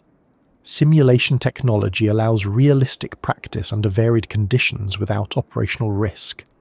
Crews learn to interpret digital information while maintaining fundamental navigation skills. Environmental monitoring also benefits from these technologies. Research buoys across Lake Michigan measure wave height, wind speed, water temperature, and atmospheric pressure continuously. Data feeds into forecasting models and safety advisories. Long-term records help scientists study climate trends affecting Great Lakes weather patterns. Underwater archaeology relies increasingly on autonomous vehicles equipped with cameras, sonar, and sampling tools. These systems explore depth safely without human divers. Discoveries contribute both to historical understanding and navigation safety by updating hazard charts. Even recreational boaters now access advanced tools. Affordable GPS chart plotters, mobile weather apps, and digital communication devices improve safety for smaller vessels. Educational programs encourage proper use of these technologies alongside traditional seamanship practices. Despite these advances, professionals emphasize that technology supplements rather than replaces judgment. Equipment requires maintenance, calibration, and occasional troubleshooting. Human oversight remains essential. Training therefore includes procedures for system failure scenarios, ensuring crews retain backup skills. Statistical safety improvements reflect technological adoption. Commercial aviation accident rates decline steadily with enhanced navigation and weather monitoring. Maritime incident rates on the Great Lakes show similar downward trends, especially for large commercial vessels equipped with modern systems. Public perception sometimes lags behind technological reality. Historical incidents remain memorable, while modern routine operations attract a little attention. Understanding current capabilities helps balance historical curiosity with contemporary safety awareness. Interdisciplinary collaboration continues advancing technology. Engineers, meteorologists, geologists, psychologists, and data scientists work together on predictive models. Machine learning algorithms analyze large data sets to identify emerging patterns. Continuous improvement remains the goal. Lake Michigan serves as a practical testing environment for many of these innovations. Its varied weather, heavy traffic, and accessible research infrastructure make it suitable for pilot projects in navigation safety and environmental monitoring. Looking at the present day, transportation across the lake operates with unprecedented situational awareness, continuous tracking, reliable communication, and detailed environmental data support inform decision-making. The contrast with earlier periods explains why unexplained disappearances have become far less common. As modern safety systems settle into routine operation, discussion often shifts toward how much risk remains today. Understanding current conditions helps place historical incidents in perspective while acknowledging that large natural environments always retain some unpredictability, and considering that balance leads naturally into examining whether Lake Michigan still poses unusual danger in the present era. When looking at Lake Michigan today, the first impression for most people is stability. Commercial ships cross on schedule, passenger ferries operate routinely, private boats move along the shoreline during warmer months, and aircraft pass overhead almost continuously. Compared with earlier decades, the level of monitoring, communication, and navigational precision is dramatically higher. That shift naturally raises a practical question. Does the region still present unusual danger? Or has modern technology largely removed the uncertainties that once contributed to accidents and disappearances? From a purely statistical standpoint, transportation across Lake Michigan today is considered safe by both maritime and aviation standards. Commercial shipping follows established routes supported by updated charts, continuous weather monitoring, and coordinated traffic management. Aircraft navigation relies on satellite positioning, radar tracking, and sophisticated onboard avionics. These systems reduce many historical uncertainties that once complicated travel over open water. Weather remains the most important variable, but forecasting capability has improved substantially. Meteorological satellites, coastal radar networks, lake-based monitoring buoys, and advanced computer modelling provide detailed predictions. Storm development rarely occurs completely without warning now. Mariners and pilots receive real-time updates allowing route adjustments or delays when necessary. This proactive approach contrasts with earlier eras when crews sometimes encountered severe conditions unexpectedly. Communication reliability represents another major improvement. Ships maintain constant contact through marine radio channels, satellite communication, and automated identification systems. Aircraft remain in continuous communication with air traffic control, except during rare equipment issues. Emergency beacons activate automatically in many situations, transmitting precise location data. These systems dramatically shorten response times if incidents occur. Search and rescue capability reflects these technological advances. Coast Guard units stationed along the Great Lakes coordinate with state agencies, local authorities, and sometimes military support. Helicopters, patrol vessels, radar systems, and digital mapping tools allow rapid deployment. Survival rates for maritime incidents have improved partly because response begins sooner and location accuracy is higher. Yet acknowledging improved safety does not mean eliminating all risk. Large bodies of water always involve environmental variability. Storms still develop, fog still forms, and mechanical failures still occur occasionally. Risk management today focuses on preparedness rather than assuming complete predictability. Recreational boating presents a distinct category of ongoing risk. Unlike commercial operators, recreational boaters vary widely in experience and training. Summer weather can change quickly, and smaller craft are more sensitive to wave conditions. Authorities emphasize safety courses, life jacket use, weather monitoring, and communication equipment. Most incidents in recent years involve smaller recreational vessels rather than large commercial ships. Aviation safety over the lake also benefits from modern technology, but weather awareness remains essential. Thunderstorms, icing conditions, and turbulence occasionally require route adjustments.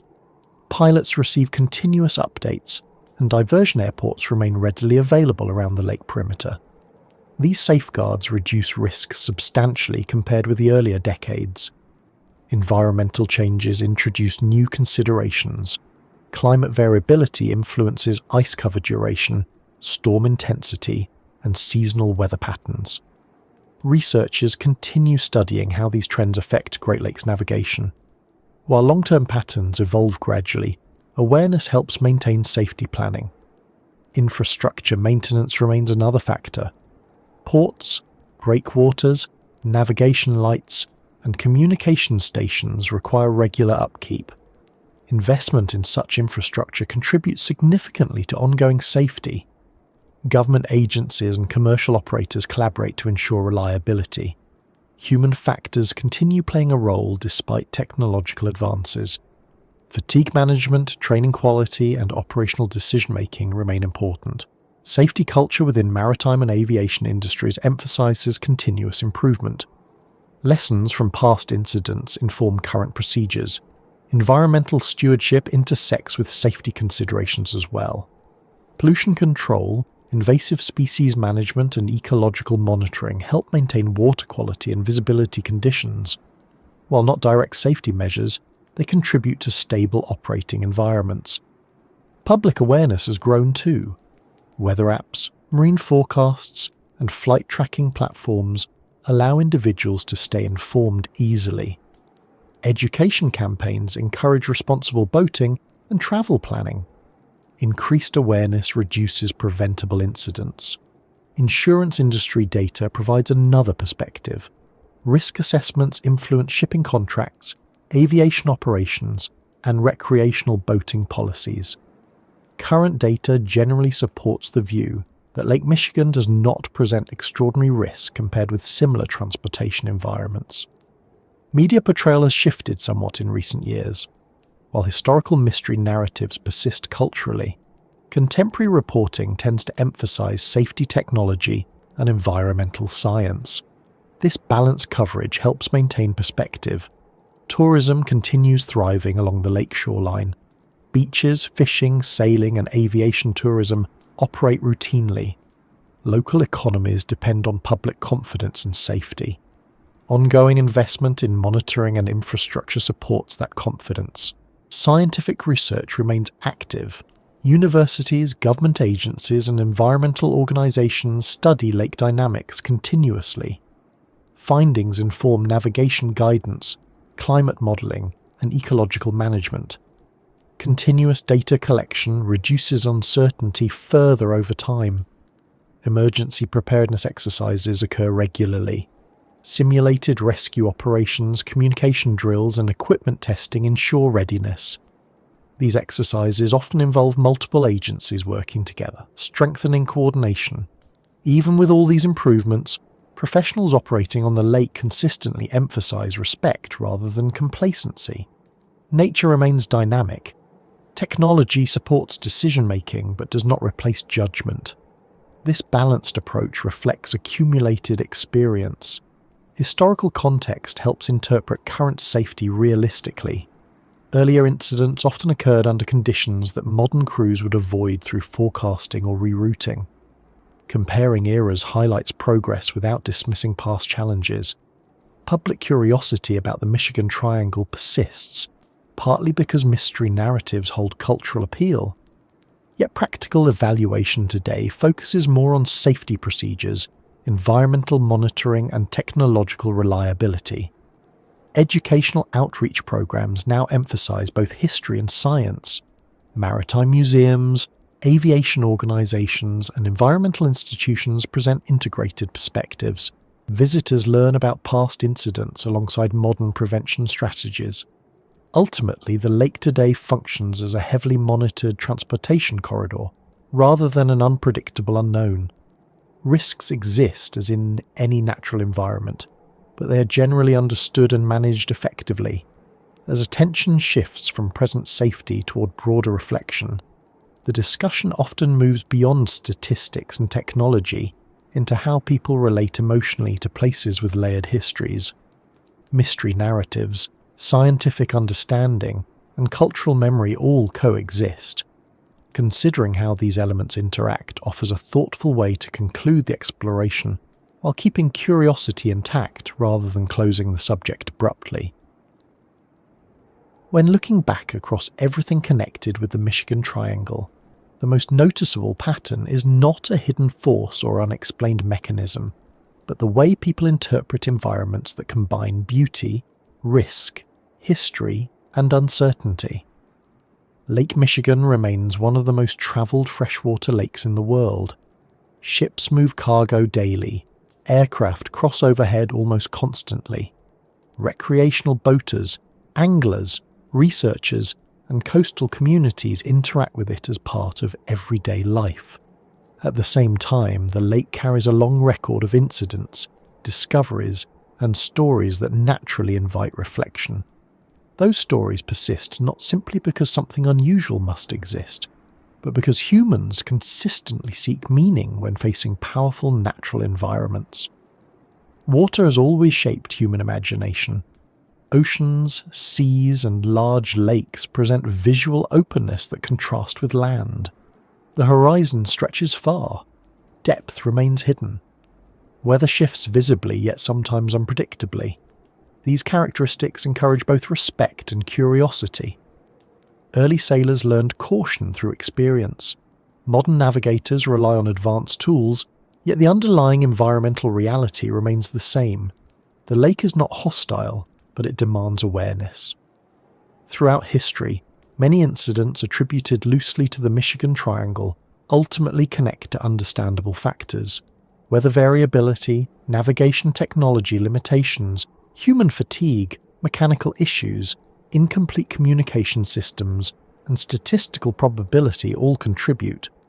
Scientific investigation over decades consistently supports these explanations. That conclusion does not eliminate fascination. Instead, it reframes it within a context where natural processes and human experience interact continuously. Storytelling helps people process uncertainty. When events lack immediate explanation, narrative provides structure.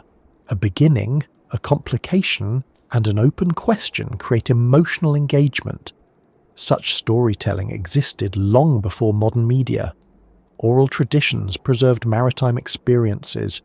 Aviation communities shared professional anecdotes. Local coastal towns maintained memory through museums, memorials, and family accounts. These narratives carry cultural value even when scientific explanation exists alongside them. Memory itself plays a subtle role. Dramatic incidents remain vivid across generations. Routine, safe journeys fade quietly. This imbalance shapes perception. People remember disappearances more easily than successful arrivals, even though the latter vastly outnumber the former. Recognizing this tendency helps maintain perspective while still honoring historical events respectfully. Modern technology changed how people interact with the lake.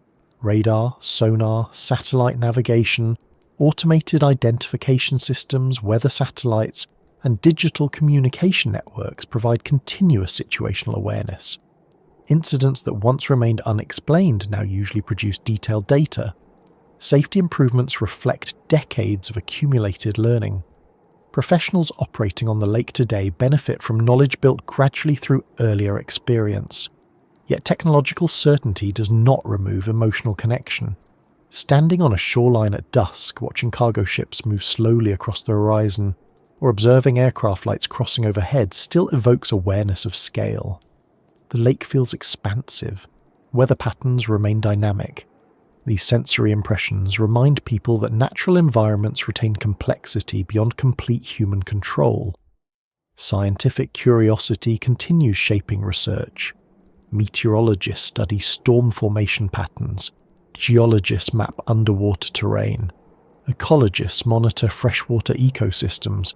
Historians document maritime heritage. Psychologists examine perception and risk interpretation. Each discipline contributes pieces to a larger understanding. None alone defines the lake's story. Public interest supports this research indirectly. Museums, documentaries, educational programs, and community events sustain awareness. Tourism connected with maritime history provides economic incentives for preservation. Cultural engagement ensures historical knowledge remains accessible rather than forgotten. There is also value in acknowledging uncertainty without exaggeration. Not every historical incident can be reconstructed perfectly. Data gaps remain, especially for events predating modern recording systems. Accepting incomplete knowledge while avoiding unsupported speculation reflects scientific maturity. Curiosity remains healthy when balanced with evidence. Environmental responsibility forms another ongoing theme. Lake Michigan supports drinking water for millions of people. Commercial fisheries, recreational industries, and diverse ecosystems. Protecting water quality, monitoring invasive species, and managing shoreline development remain priorities. Respect for the lake includes both safety awareness and environmental stewardship. Community resilience appears repeatedly in regional history. Coastal towns adapted to changing industries, weather challenges, and technological evolution. Maritime traditions persist through education, festivals, and local institutions. These cultural elements reinforce connection without requiring dramatic interpretation. The Michigan Triangle label itself has become part of that cultural landscape. It provides a convenient way to reference historical incidents collectively. Used responsibly, it encourages interest in maritime safety, environmental science, and regional history. Problems arise only when narrative replaces evidence entirely. Balanced discussion maintains both engagement and accuracy. Comparisons with other mystery regions illustrate consistent human responses. Similar narratives appear worldwide wherever transportation intersects with complex natural environments. Recognizing that pattern helps place Lake Michigan within a broader context rather than isolating it as uniquely mysterious. Future developments will likely continue refining understanding. Improved climate modelling, autonomous underwater exploration, enhanced satellite monitoring, and evolving communication systems all contribute. Each advancement reduces uncertainty incrementally while opening new research questions. Education plays a central role moving forward. Teaching navigation history, environmental science, and critical media literacy equips future generations to interpret information thoughtfully. Awareness of both technological capability and natural variability supports responsible engagement with large water environments. Personal experience often shapes perspective most strongly.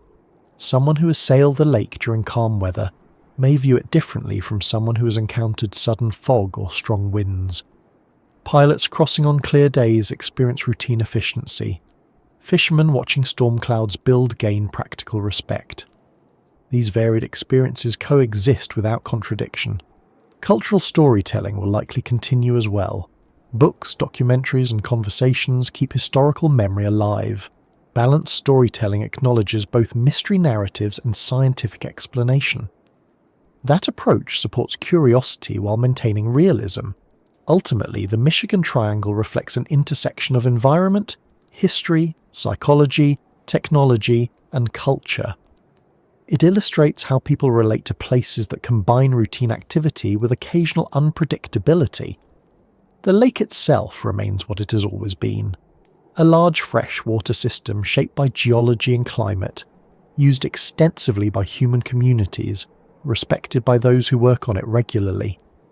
And as attention settles quietly back onto the water, with ships continuing their routes, aircraft maintaining steady courses overhead, and weather patterns unfolding according to familiar atmospheric physics, the sense of curiosity remains present without needing dramatic resolution, simply part of how people continue observing, learning, and telling stories about environments that remind them both of progress made and of nature's enduring scale.